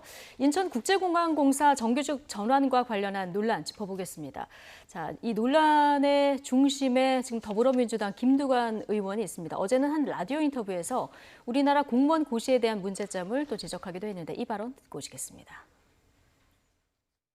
지금 우리나라 공기업이라든지 공무원은 급여 수준도 매우 높고 또 신분도 보장이 되기 때문에 우리 젊은이들 30만이 노량진을 중심으로 이 소위 공문고시를 하고 있지 않습니까? 그렇죠. 이런 사회는 사실은 굉장히 미래 발전을 위해서 바람직하진 않지만 예. 뭐 다른 쪽보다 신분 보장도 되고 급여도 높기 때문에 많은 사람들이 쏠리는데 사실은 그런 머리 좋은 분들이 사실은 과학기술이라든지 산업 쪽으로 이렇게 가는 게 바람직한데 우리 여건이 그렇지 못하니까 네. 사실은 뭐 좋은 일자리로 말하는 이런 연봉 한 18천만 원 이렇게 되는 것은 1년에 한 7만 2천 명 정도가 진입이 가능한데요.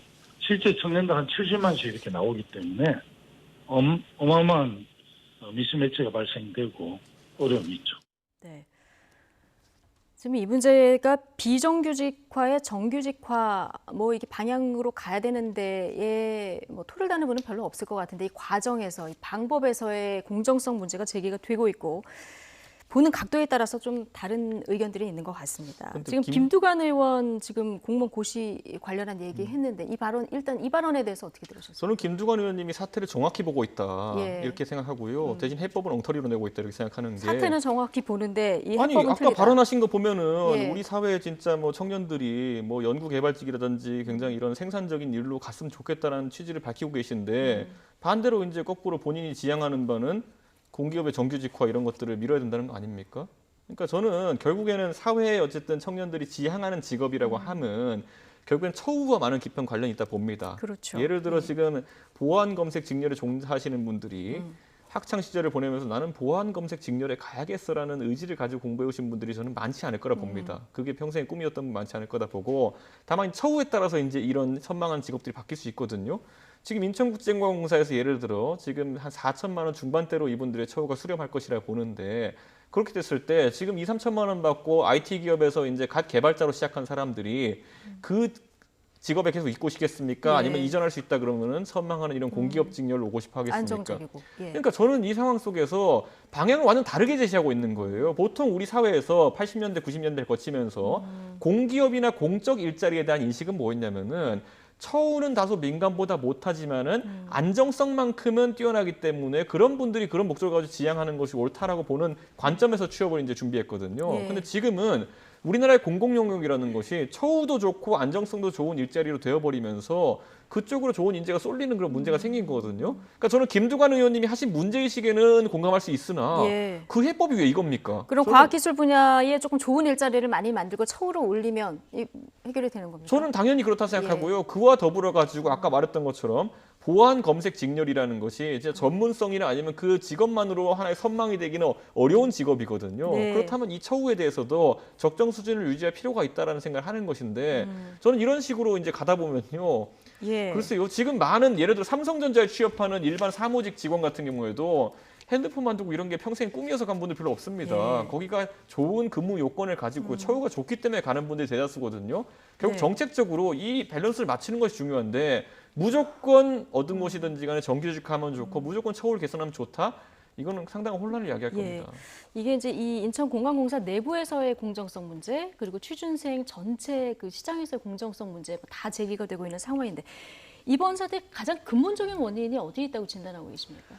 우선 인천공항 자체 내부에서는 이게 노사 간에 좀 이견이 있어서 생기는 것 같아요. 네, 이거는 사람들의 마음이 각기 다르기 때문에 조율이 좀 필요한데 그 조율하는 시기를 좀 너무 성급하게 한 부분이 좀 있는 것 같고요. 이 논란에 대해서 저는 좀 정확하게는 비정규직 제도가 잘 됐다고 보는 정치권이나 지금 대한민국의 어느 누구도 이게 괜찮다라고 생각하는 분은 없을 것 같아요. 그러면은 지금 정치권과 일부 보수 언론에서는 청년들이 바라는 마음을 정확히 꿰뚫어보지 못하는 게 아닌가, 괜히 이게 논란으로 이뤄내는 게 아닌가라는 생각을 듭니다. 지금 말이 나오고 언론에서 보여지는 면만 보면 거의 을들 간의 싸움인 듯한 느낌이 듭니다. 취업 준비생도 을이고요. 비정규직도 을입니다. 그렇다고 해서 정규직도 갑이라고는 얘기할 수가 없어요.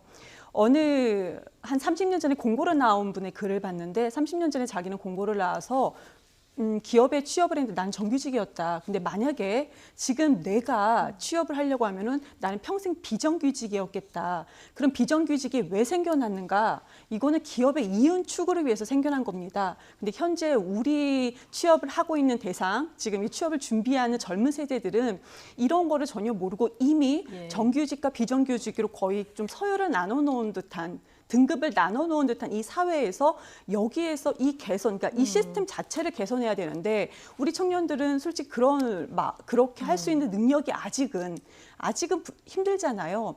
그러면 정치권에서 이 부분에 대해서 이렇게 싸움을 하고 본인이 좀 뭐 하태경 의원님도 마찬가지지만 이렇게 이슈 파이터가 되는 것보다는 본질을 꿰뚫고 그러면은 정규직과 비정규직이라서 나쁜 거는 아닙니다. 비정규직도 전문직을 좀 지금처럼 이렇게 하위직처럼 이렇게 허드렛일하는 것처럼 하지 않고 비정규직 전문직으로 할 수 있으면은 비정규직 문제가 이렇게 어렵지는 않을 텐데요. 전반적으로 취업 구조 시스템을 좀 바꿀 수 있는 좀 긍정적인 방향으로 좀 나아가야 된다고 생각합니다. 취업 구조 전체를 다 같이 여야 할 것 없이 들여다봐야 되는 시점에 왔다. 그렇죠. 이게 저는 시작점이 지금 이렇게 지금 인천국제공항으로 시작이 됐는데 그렇다고 해서 공기업들을 공공기관을 전부 다 정규직한 거는 무리입니다.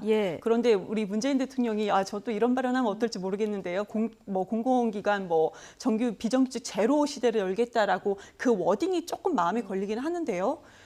그렇다고 해서 이게 다 정규직화한다. 이거는 좀 무리 있어 보입니다. 금태섭 의원보다 발언이 세신 것 같은데 윤리위원회 가실 것 같습니다. 대통령께서 그건 공약사항으로 비정규직 제로를 만들겠다고 했는데 그거는 공기업 부분에 한해서. 네, 공기업 부분에서 그건 저는 상당히 강한 멘트였다 이렇게 보고요. 지금 저는 이 지적을 하고 싶은 게 아까 하태경 의원이 이런 걸 이슈화하고 해가지고 을간의 갈등을 만들고 이렇게 표현하셨는데 이 갈등이 생긴 거는 정부가 일자리를 만드는데 실패해서 그렇습니다. 보면은 일자리가 넘쳐나가지고 골라갈 수 있는 시대라면은 누가 이런 부분을 지적하겠습니까? 저는 그리고 여기서 아까 갑을 이제 정규직과 비정규직 간의 대결 아니면 또 그 을과 을다시 정도의 대결로 이렇게 자꾸 묘사하려고 그러는데 이 인천국제공항 사태에 있어가지고 가장 불만을 많이 제기하는 젊은 세대가 어디냐면은 병이에요.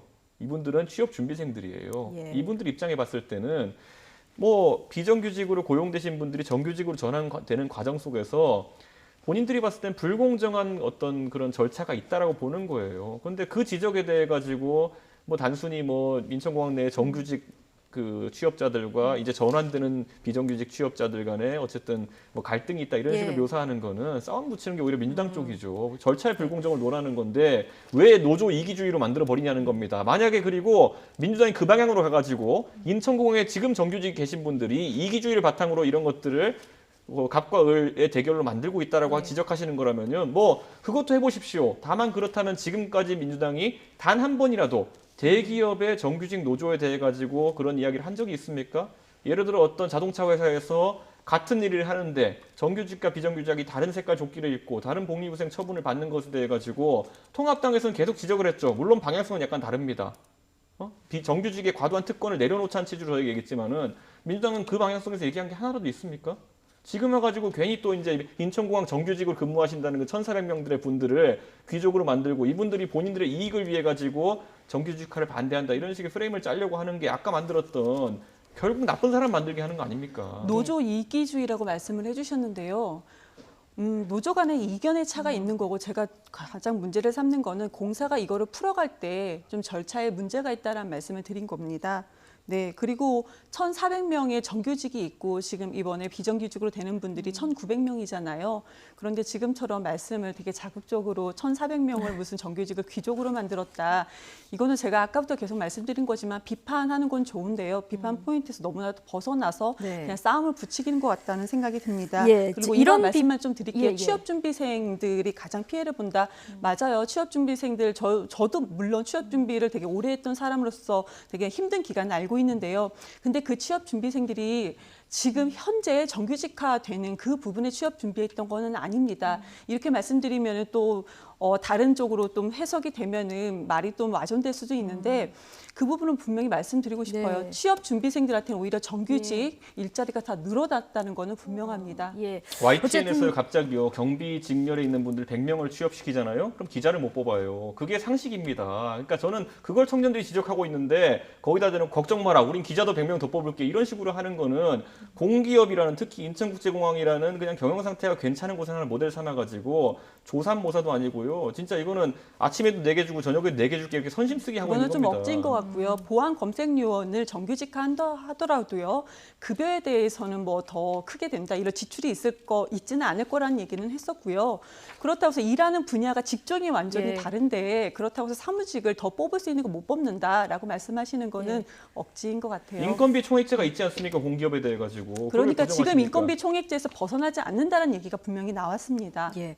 지금 어쨌든 화두는 던져졌고요. 좀 어떻게 하는 게 가장 공정한 방법으로 이 전체 취업 시장에서 이 문제를 해결할 수 있는가, 일자리 문제를 해결할 수 있는가를 이제 여야 모두 머리를 맞대고 좀 의논해야 될 시점인 것 같고요.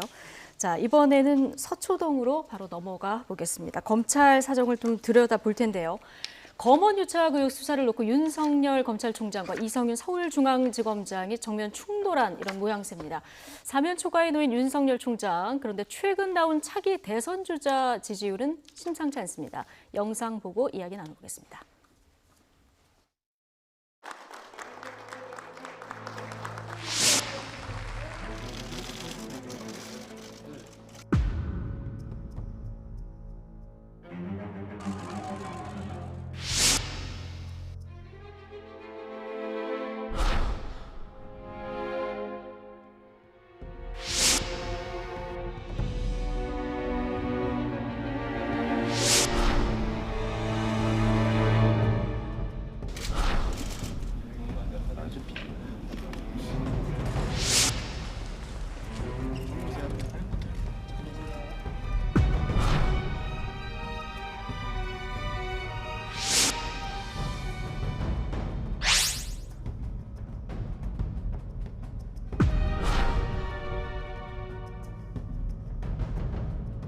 장관의 말을 겸허히 들으면 좋게 지나갈 일을 세상 지휘랍시고 뿌개지고 일을 더 뿌이게 만들었어요.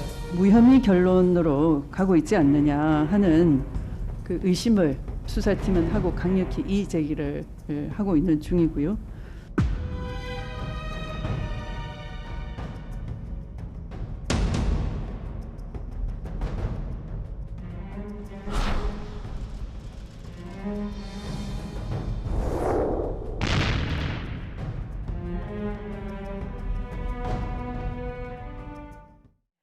지금 일단 서초동 분위기가 심상치 않은 것 같습니다. 서울중앙지검하고 대검이 좀 정면 충돌하나 오늘 기사 제목에 이런 것들이 많이 달려있던데 일단 지금 전문수사자문단 수사심의위 이 초유의 투트랙 심사를 받아야 되는 상황이 됐고요. 이게 보니까 강요미수죄가 적용될 수 있느냐 없느냐 여기에 대한 이견이 있었고 이 와중에서 이제 자문단을 소집했는데 이게 이제 측근감싸기 아니냐 이런 의혹의 눈초리가 있었던 것 같아요. 서울중앙지검장이 수사 자문단 소집하지 말아달라 그리고 독립적 수사를 보장해달라 이런 얘기를 공개적으로 했습니다. 대검이 2시간 뒤에 반박을 하긴 했는데 이 사태 어떻게 항명으로 보십니까?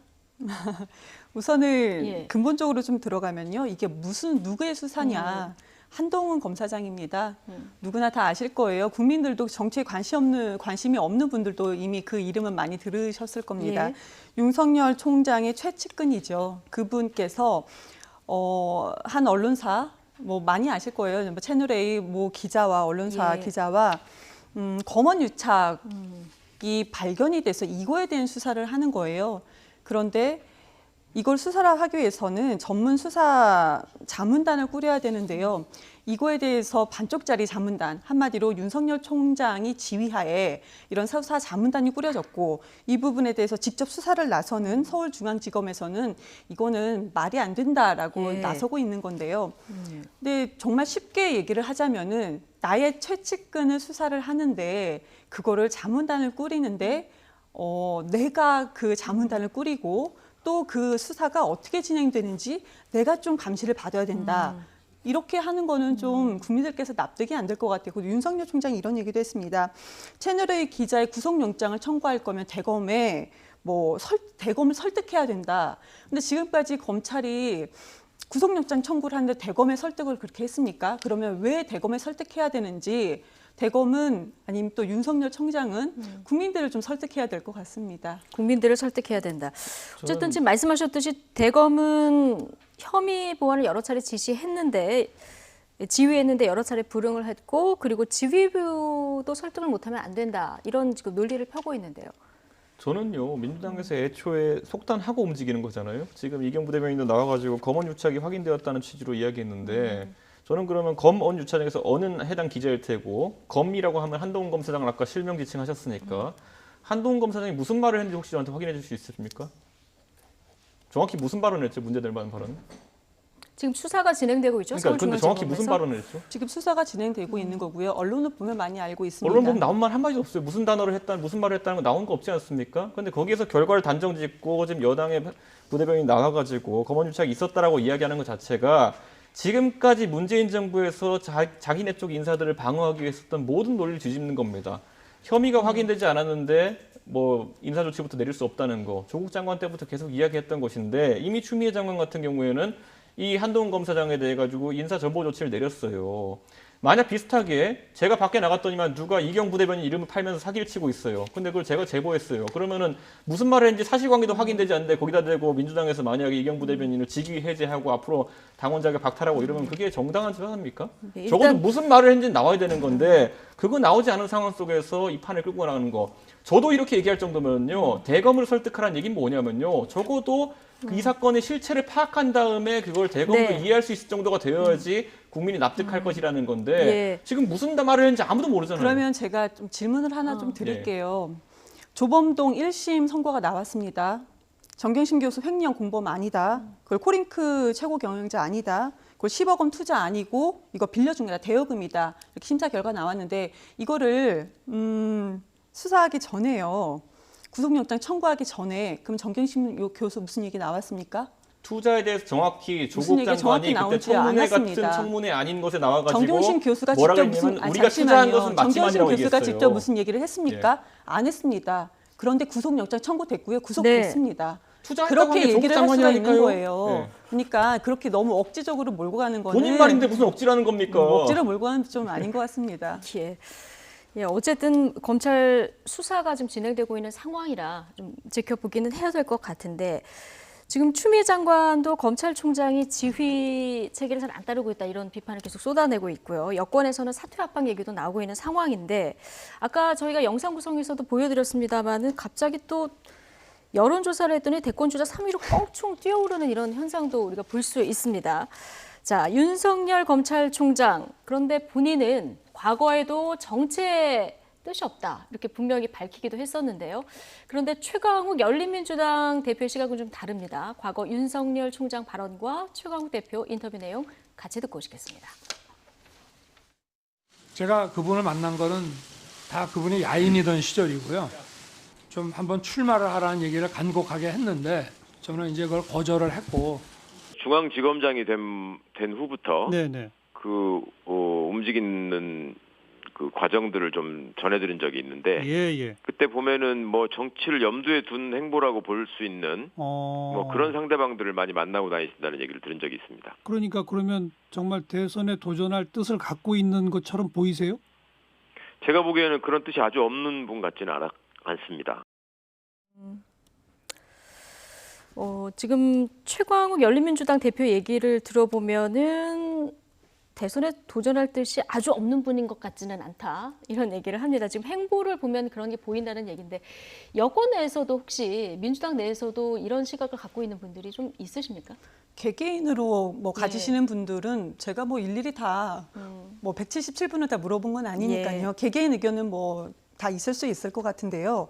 근데 저는 이게 본인이 그런 마음이 있냐 없냐보다는 어떻게 지금 야권 후보가 그것도 10% 그냥 두 자릿수란 말이에요. 야권 대선 후보로 이렇게 두 자릿수를 받을 수 있게 됐는가. 이 현 지점. 그리고 이 부분에 대해서 민주당도 좀 깊이 생각을 해야 되겠지만 미통당에서는 더 깊게 좀 생각을 하고 고민을 좀 해야 될 거라고 생각을 합니다. 예, 민주당도 고민을 해야 되는데 지금 얘기하신 대로 윤석열 총장은 정치할 생각도 없다 이렇게 얘기하는데 지금 이 보수 후보 중에서는 1위로 뛰어오른 거거든요. 이렇다면은 보수에 너무 거꾸로 생각하면은 너무 떠오르는 후보가 없지 않느냐 이렇게도 연결될 것 같은데 통합당에서는 어떻게 보고 있어요? 저는 어쨌든 야권이라 함은 굉장히 포괄적으로 국민들이 현 여권의 대안 세력으로 인식합니다. 그렇기 때문에 특정 정당의 문제가 아니라 결국 정부와 가장 큰 대립각을 세우고 있는 것이 지금 윤석열 총장 아니냐. 그런데 사실 윤석열 총장이 선제적으로 어디 가서 여당 때리고 온 적 없습니다. 항상 맞는 이미지, 항상 두드려 맞는 이미지거든요, 지금.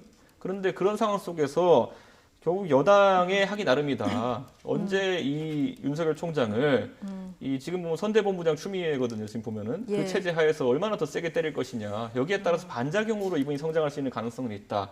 과거에도 보면요, 정권과 대립각을 세운 인사들이 대선주에 자주 부닥됐던 것이 뭐냐면은 오히려 그 인사들의 그 맹목적인 미움이라든지 아니면 공격이라는 것이 국민들한테 반발 심리를 가져온 것이거든요. 저 수치가 말하는 게 뭐냐면요. 민주당이 지금 윤석열 총장에게 가하는 어쨌든 집단 타격 자체가 부당하다고 생각하는 국민들이 그만큼 많아지고 있다는 걸 의미하는 겁니다. 네. 그러다 보니까 좀 초기 빠른 이해찬 대표 같은 경우는 그만해라 이렇게 하고 있는 것이고 예. 자기 다른 생각이 있는 분들은 계속 맹렬히 달려드는 겁니다. 예, 알겠습니다. 사면 초과 상황에서 지지율이 오르는 윤석열 총장 얘기까지 쉼없이 달려와 봤습니다. 이경 더불어민주당 상근 부대변인 그리고 이준석 전 미래통합당 최고위원 두 분과 이야기 나눠봤습니다. 고맙습니다.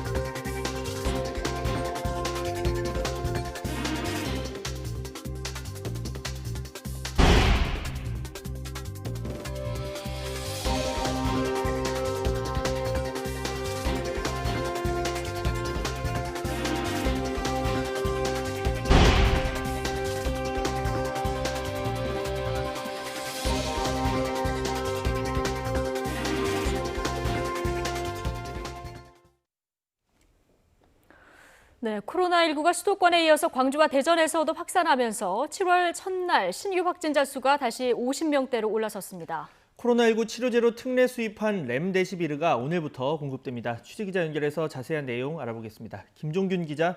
네, 사회부입니다. 네, 어제 신규 확진자가 50명대를 기록했다고요? 네, 오늘 0시 기준으로 어제 하루 신규 확진 환자는 51명입니다. 누적 환자는 12,850명입니다. 신규 환자 가운데 지역 감염이 36명이고 해외 유입이 15명입니다. 지역별로 보면 경기도가 16명, 서울 9명, 인천 2명 추가로 확진 판정을 받았습니다. 수도권만 27명입니다. 특히 광주에서는 어제 12명이나 추가됐는데 사찰, 병원, 복지시설 등을 통한 지역 내 확산 사례가 연이어 나와 비상이 걸렸습니다. 또 교내 감염으로 추정되는 사례가 나온 대전에서 4명이 추가 확진됐습니다. 이 밖에 대구, 충남, 전남에서 1명씩 확진자가 나왔습니다. 해외 입국자 가운데 검역 단계에서 확인된 환자는 5명입니다. 사망자는 발생하지 않아 누적 사망자는 282명을 유지했습니다. 네, 코로나19 치료제인 렘데시비르가 오늘부터 국내 환자들에게 공급이 되는데 어떤 환자에게 우선 공급됩니까? 네, 질병관리본부는 코로나19 치료제로 특례 수입한 렘데시비르를 오늘부터 공급한다고 밝혔습니다. 우선 투약 대상은 폐렴이 있으면서 산소 치료가 필요한 중증 환자입니다.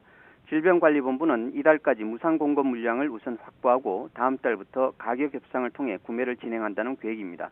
애초 에볼라 치료제로 개발된 렘데시비르는 최근 미국 국립보건원 임상시험에서 코로나19 환자의 회복 기간을 31% 단축한 것으로 나타나 FDA 긴급 사용 승인을 받았습니다. 지금까지 사회부에서 YTN 김종길입니다. 대형마트와 편의점이 오늘부터 침방울 차단용 마스크를 일제히 판매합니다. 롯데마트는 전국 모든 점포에서 장당 500원짜리 침방울 차단용 마스크 16만 장을 5개들이 상자로 판매합니다. 한 사람이 한 상자까지만 살 수 있습니다. 홈플러스는 전국 100개 점포에서 장당 500원에서 600원에 판매하며 이번 주는 한 사람당 10장까지 살 수 있습니다. 편의점 CU와 세븐일레븐도 침방울 차단용 마스크를 팝니다. 장당 600원에 살 수 있습니다.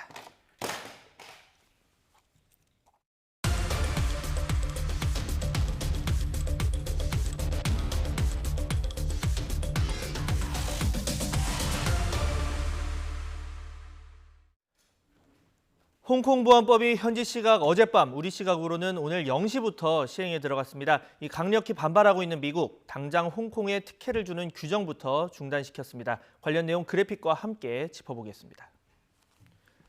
네, 홍콩 반환 23주년 기념일 1시간 전인 현지 시각 어젯밤 11시, 중국 전인대 상무위원회는 만장일치로 15분 만에 법안을 통과시켰습니다. 국가 분열, 국가 정권 전복, 테러 활동, 외국 세력과의 결탁 등 4가지 범죄에 대해서 최대 무기징역까지 처벌할 수 있도록 했습니다. 특히 단순 가담이나 지원 등에 대해서도 3년에서 10년의 징역형을 내릴 수 있도록 해서 해석의 여지가 넓고 또 악용 가능성이 있다, 이런 비판도 나오고 있습니다. 예를 들어 보자면 이 홍콩의 민주화 운동가로 미국에서 홍콩 인권법 제정을 촉구했던 조슈아 웡, 이 소급 처벌 조항은 빠져서 당장 처벌은 피했지만 앞으로 같은 행동을 한다면 처벌 대상이 됩니다. 네, 또 판결 주체에 대한 지적도 나오고 있습니다. 이 외국 세력이 개입하거나 국가 안보에 중대한 위협이 있는 주요 사안, 이 경우에 수사권은 중국 중앙정부가 설치하는 홍콩 국가안보처가, 그리고 기소와 재판은 중국 최고인민검찰원과 최고인민법원이 지정한 기관이 맡습니다. 사실상 중국 중앙정부가 수사와 기소, 재판까지 모두 관할하게 되는 겁니다. 일반적인 사안은 홍콩 정부가 맡지만 이 홍콩 행정장관이 구성한 판사들이 사안을 판단합니다. 이 홍콩 행정장관은 중국이 임명합니다. 미국은 여야를 가리지 않고 비판에 나섰습니다. 미 백악관 국가안보회의는 중국이 일국 양제 원칙을 포기했다며 계속 강력한 대응 조치를 하겠다고 경고했습니다. 야당 소속인 펠로시 미 하원 의장 역시 야만적인 법안이 자유를 추구하는 사람을 위협하고 억압할 것이라며 제재를 촉구했습니다. 네, 방금 보신 이 홍콩 보안법 강행과 중국의 속내, 그리고 향후 미중 갈등 양상과 또 우리에게 미치는 영향까지 전문가와 함께 자세하게 짚어보겠습니다. 우수근 중국 산둥대 객좌 교수 나와 있습니다. 교수님, 안녕하세요. 네, 안녕하십니까. 네. 자, 나와주셔서 감사합니다. 일단 여쭤볼게, 지금 중국에서 이제 연구를 하고 계시잖아요. 네. 중국인 지인도 있고 교수도 있고 네. 당국자도 좀 많이 알고 계실 텐데 이 문제에 대해서 어떻게들 얘기를 합니까? 천편일률적으로, 아니 홍콩은 97년 이후에 중국의 영토가 됐는데 네. 그 중국의 영토인 홍콩에 대해서 분리, 분열, 독립을 획책하려는 그런 움직임이 있으면은 그거 막아야 되는 거 아니냐? 어느 나라도 한 치의 영토라도 양보할 수 없는 것인데 중국은 당연히 영토를 수호하려고 하는데 그게 뭐가 문제냐라는 반응인 것이죠. 그러니까 자국의 문제다, 이런 얘기를 하고 있는데 이 법 내용을 제가 아까 방금 정리를 했지만 보면 사실 30년이다, 무기징역이다 이런 부분보다 어디까지 적용할 수 있느냐, 이게 법은 구속 여건이 어느 정도 정해져 있어야 되는데 너무 넓은 거 아니냐, 결국 반체제 인사 잡는 데 사용하는 거 아니냐, 이런 지적 나오거든요. 맞습니다. 그런 지적을 받을 만큼 너무 애매모호하고 아리송하고 그야말로 코에 걸면 코걸이, 귀에 걸면 그렇죠. 귀걸이식으로 되어 있는데요. 네. 우리의 이전에 악명 높았던 국가보안법, 그렇죠. 찬양고무죄 같은 경우면 김일성이 하면 잡아가고 그렇습니다. 이런 식으로. 예. 그런 식으로 아주 강력하게 앞으로 홍콩의 분리 독립과 관련되는 행동을 한다면은 좌시하지 않을 것이다라는 강한 으름장을 내보이는 그런 모습인 것이죠. 네.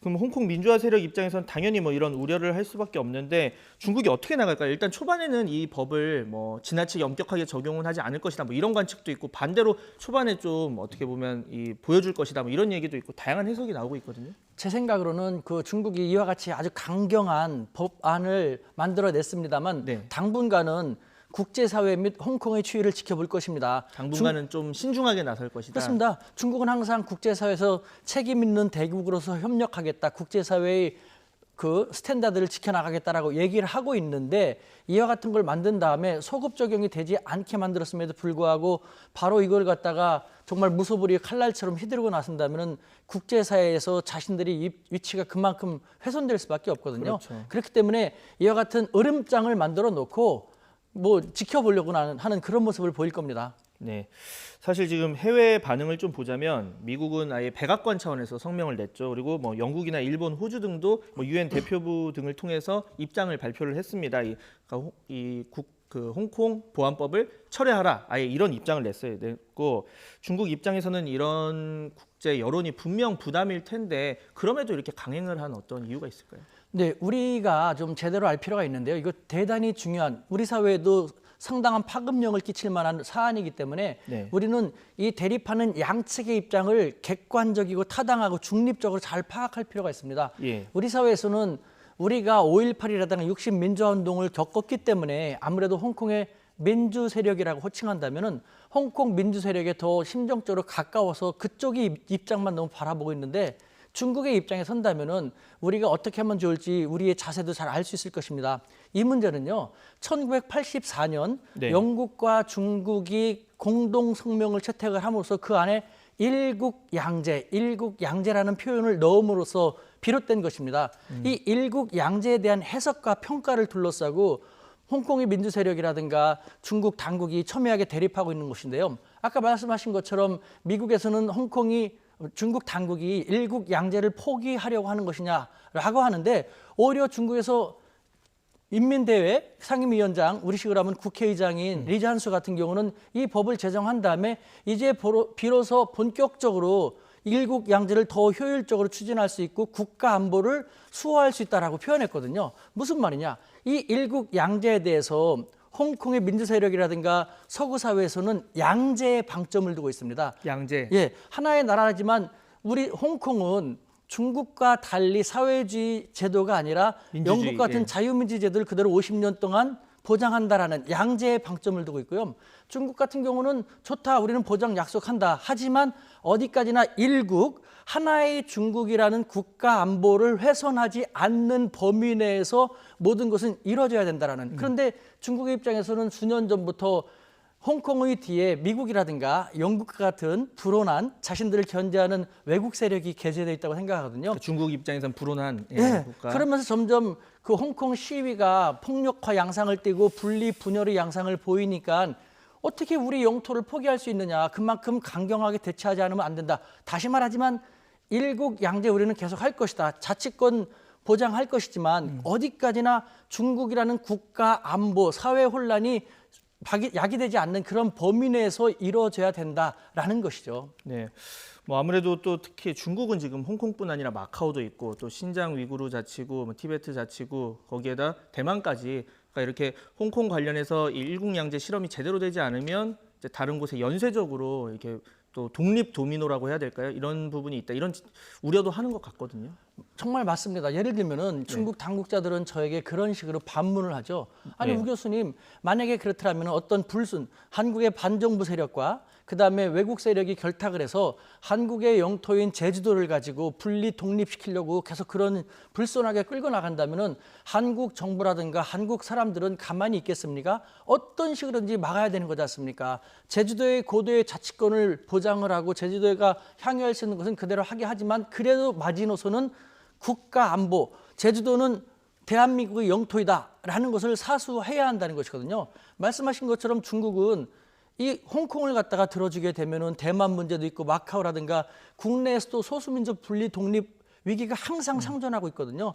그렇기 때문에 이 문제에 대해서는 누가 뭐라고 하더라도 아주 강경하게 나갈 수밖에 없는 중국만의 그 속내가 있는 것이죠. 네, 그 원칙을 세우고 그 원칙에 따라서 강경하게 중국이 나갈 수밖에 없는 이유에 대해서 좀 얘기를 해주셨고, 자, 그렇다면 이렇게 앞으로 이 문제, 그리고 뭐 장기적으로 미중 갈등 격화하면 우리 입장에서는 사실 미국도 뭐 중요하고 중국도 중요합니다. 그러면 이 둘 사이에서 몸집을 키우는 계기가 될지 아니면 고래 싸움에 새우등이 터지는 일이 될지 되게 조심스러운 상황인데, 지금 어떤 태도를 보이는 게 좀 국익 차원에서 좋겠습니까? 고래 싸움의 새우등이라든가 샌드위치 얘기는 약소국 시절의 외교고요. 우리가 상황을 적확하게 파악하고 스마트한 중견 강국의 외교를 담대하게 해나간다면요. 이 문제에 민감하지만 우리도 그렇게까지 걱정할 필요 없습니다. 예를 들면은 이 일국 양제에 대해서 말씀드린 것처럼 이 홍콩 보안법 사태에 대해서 우리는 5.18이라든가 60 민주화를 겪었습니다. 홍콩 민주화 세력의 입장에 동조하는 것이죠. 뿐만 아니라 자국의 영토를 사수하려는 중국 당국의 입장도 이해가 됩니다. 이 일국 양제가 문제지 않습니까? 그런데 양측은 이 일국 양제의 그 개념을 존중을 하고 지지하고 있거든요. 해석 및 평가가 다른 것뿐입니다. 우리는 이것을 잘 파악해가지고 우리 대한민국 정부는 양측이 합의한 일국양제 정신을 입각해서 양측이 대화와 타협을 통해서 원만하게 해결해 나가기를 바란다라는 식으로 어떻게 보면 애매모호하지만 중립적인 입장을 취하는 게 좋은 것이죠. 자칫 잘 모르고 한쪽으로 치우치게 되면요. 우리는 스스로 더 큰 어떤 화를 초래할 수도 있기 때문에 말씀드린 것처럼 우리나라에서는 대부분의 매스컴이 그 민주화 세력의 입장을 많이 동조하면서 그쪽으로 많이 가고 있고 서구 사회는 미국이라든가 영국은 아무래도 중국을 견제하는 입장이기 때문에 그쪽으로 갈 수밖에 없습니다. 하지만 우리도 그렇다고 무조건 그쪽으로 따라가는 것은요.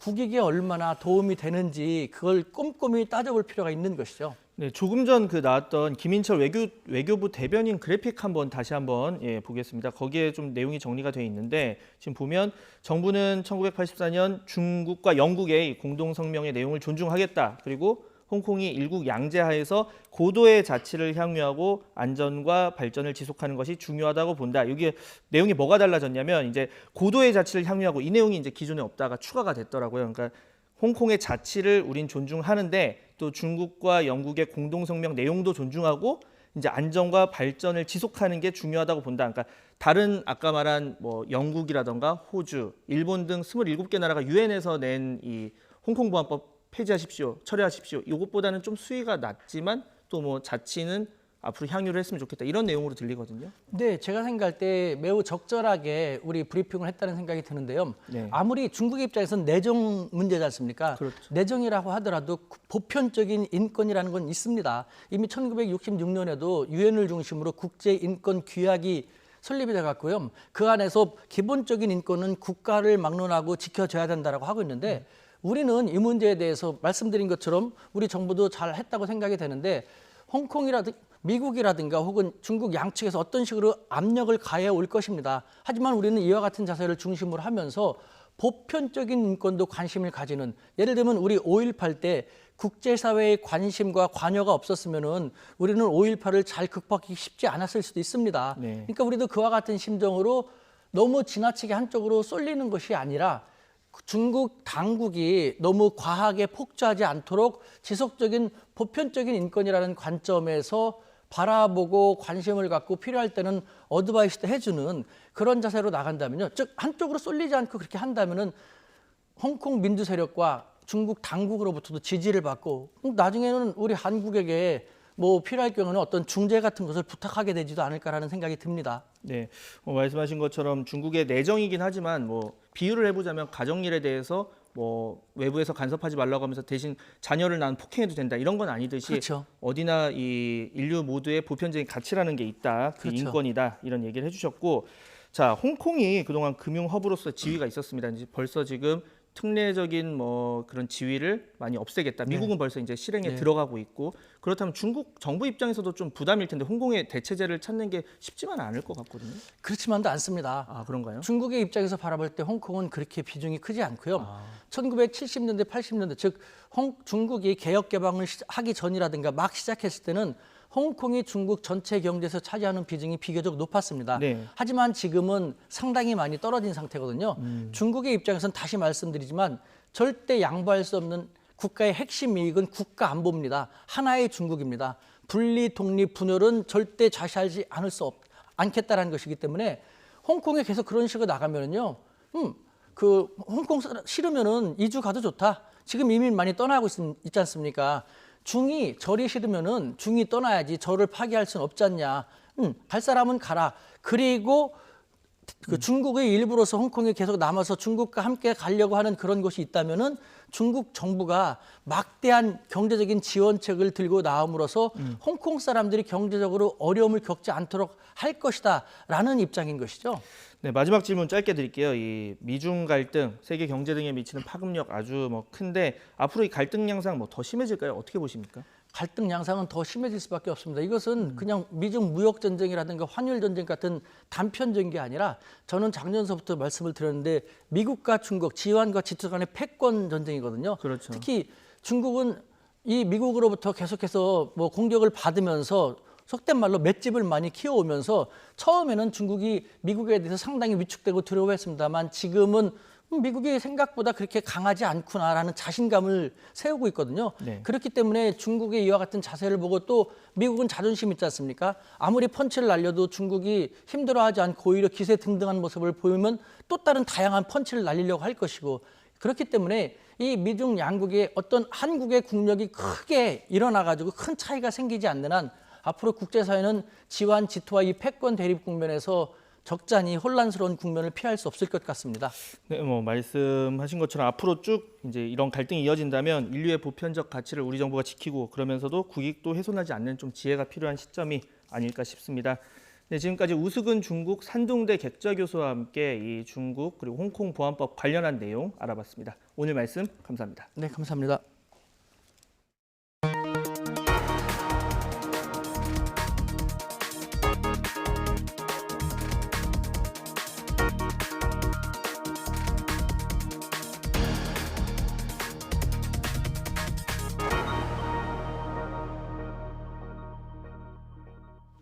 병사들의 일과 후 휴대전화 사용이 오늘부터 전면 시행됩니다. 병사들은 평일에는 일과 이후인 오후 6시부터 밤 9시까지, 공휴일과 주말에는 오전 8시 반부터 밤 9시까지 휴대전화를 사용할 수 있습니다.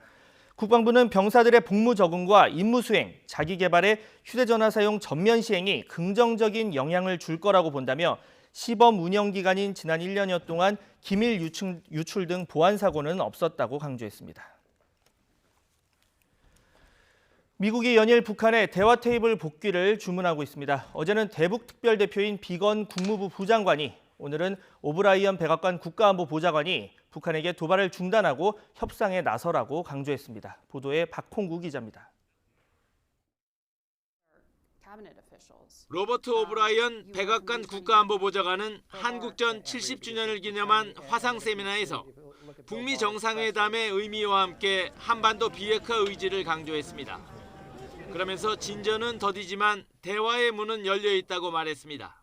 Tangible progress has been slow, but the door to dialogue and progress remains open. We are committed to engagement and to achieving the goals set forth at the Singapore summit. 이어 트럼프 대통령이 북미 정상회담에서 말한 대로 북한이 김정은 위원장 체제하에서 경제적 성취를 이루기 바란다며 도발을 중단하고 대화로 복귀할 것을 주문했습니다. We continue to call on North Korea to avoid provocations, abide by obligations under UN Security Council resolutions, and return to sustained and substantive negotiations. 전날 대북 특별대표인 비건 국무부 부장관이 북핵 문제 해결을 위한 대화 복귀를 강조하며 북한의 결단을 촉구한 것과 같은 맥락입니다. 이런 발언들은 오는 11월 미국 대선을 앞두고 트럼프 대통령에게 악재가 될 수 있는 행동을 자제하라고 북한의 경고 메시지를 보내는 것이라는 분석도 있습니다. 비건 부장관의 한국 방문과 관련해 미국은 신중한 입장을 보였습니다. 비건 부장관은 이르면 다음 주 2박 3일 일정으로 방한할 것이란 보도가 나왔으나 미 국무부는 이 시점에는 어떤 일정도 발표할 것이 없다고 밝힌 것으로 전해졌습니다. YTN 박홍구입니다. 코로나19 위기 극복을 위한 노사정 대표자 회의가 합의에 도달했지만 민주노총의 내부 갈등으로 김명환 민주노총 위원장이 서명식에 참석하지 못하면서 합의가 무산됐습니다. 코로나19 노사정 대표자들은 오늘 오전 10시 반 국무총리 공관에서 합의문에 서명하고 합의 타결을 공식 선언할 예정이었습니다. 하지만 민주노총 내부에서 합의에 반대하면서 김 위원장의 서명식 참석을 저지해서 결국 합의문 서명식이 취소가 됐습니다. 당초 합의문에는 경영계는 경영 악화 상황에서도 고용이 유지되도록 최대한 노력하고 노동계 역시 근로시간 단축이나 휴업 등 고용 유지를 위한 조치에 적극 협력하는 등의 내용이 담겨 있었습니다. 정부는 서명식 불발로 노사정 대표자 협의가 최종 결렬된 건 아니라며 앞으로 어떻게 할지에 대해서는 지혜를 모아서 진행하겠다고 밝혔습니다.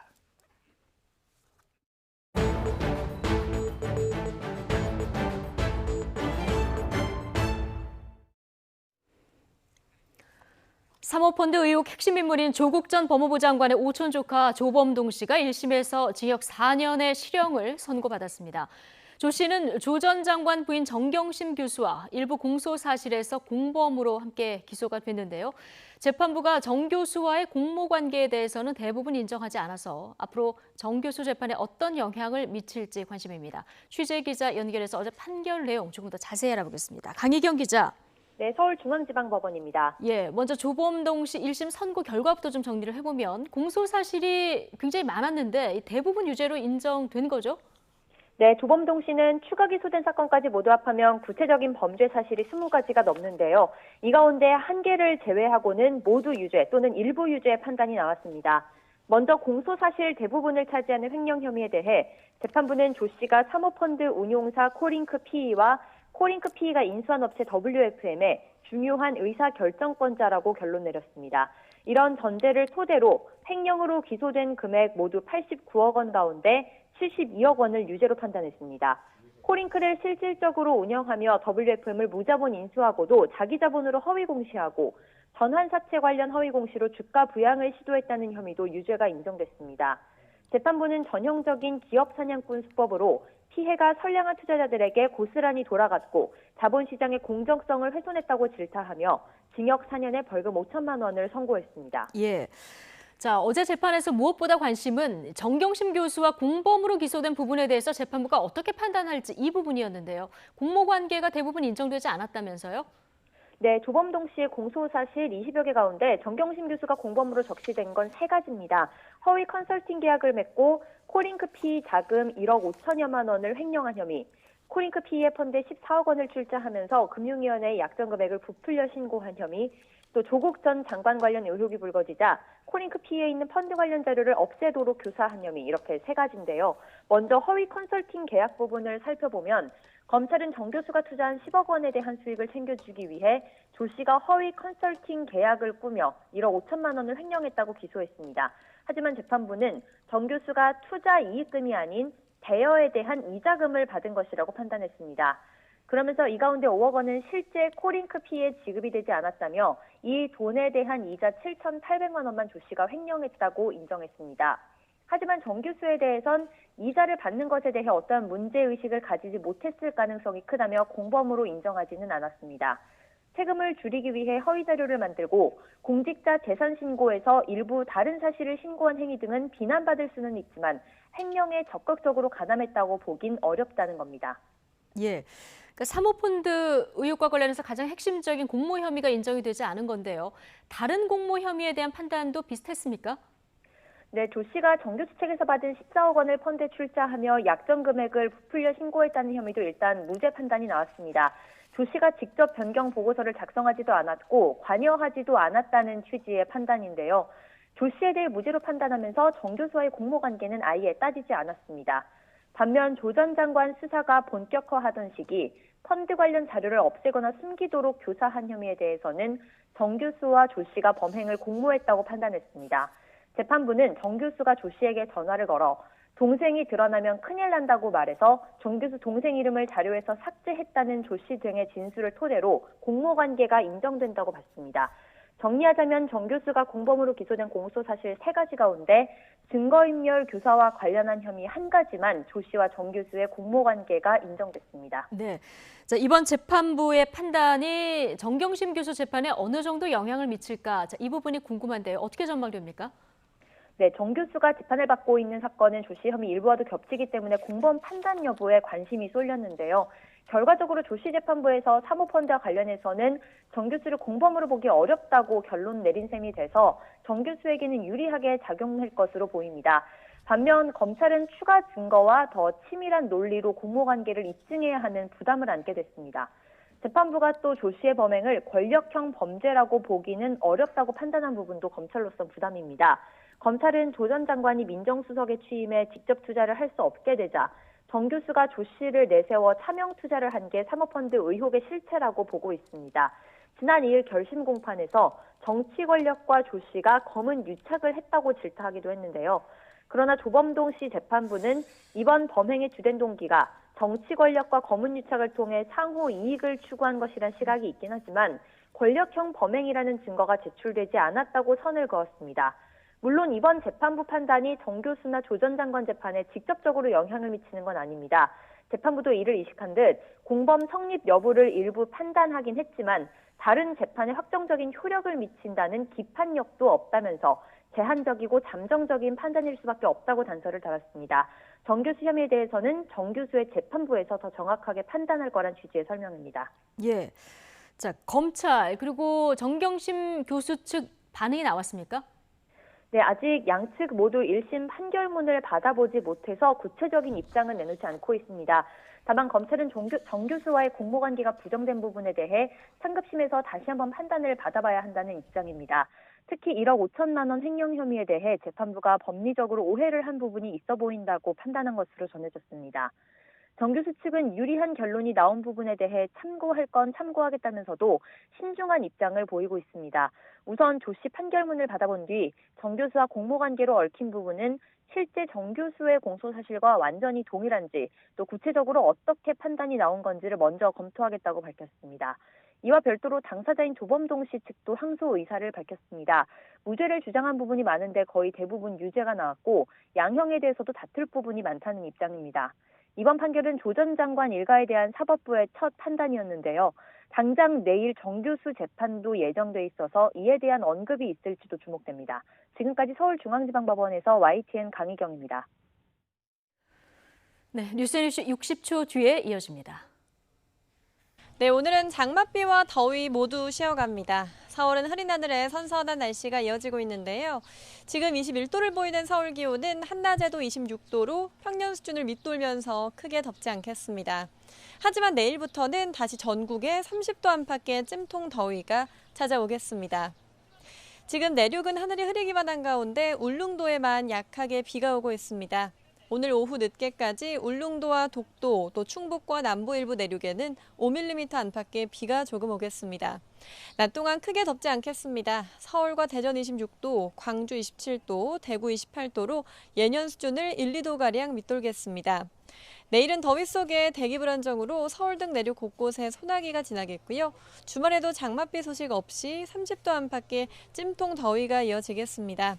장마전선은 다음 주 초 중부지방까지 북상하지 못하고 남부지방에만 장맛비를 뿌리겠습니다. 동해상에는 여전히 풍랑특보가 내려진 가운데 오늘까지 물결이 최대 6m까지 높게 일겠습니다. 너울성 파도가 해안도로나 방파제를 넘을 가능성이 있으니까요. 안전사고에 각별히 주의하셔야겠습니다. 지금까지 하늘공원에서 YTN 박현실입니다. 네, 7월 첫날 뉴스앤이슈 마치겠습니다. 잠시 뒤 더 뉴스가 이어집니다. 시청해주신 여러분 감사합니다.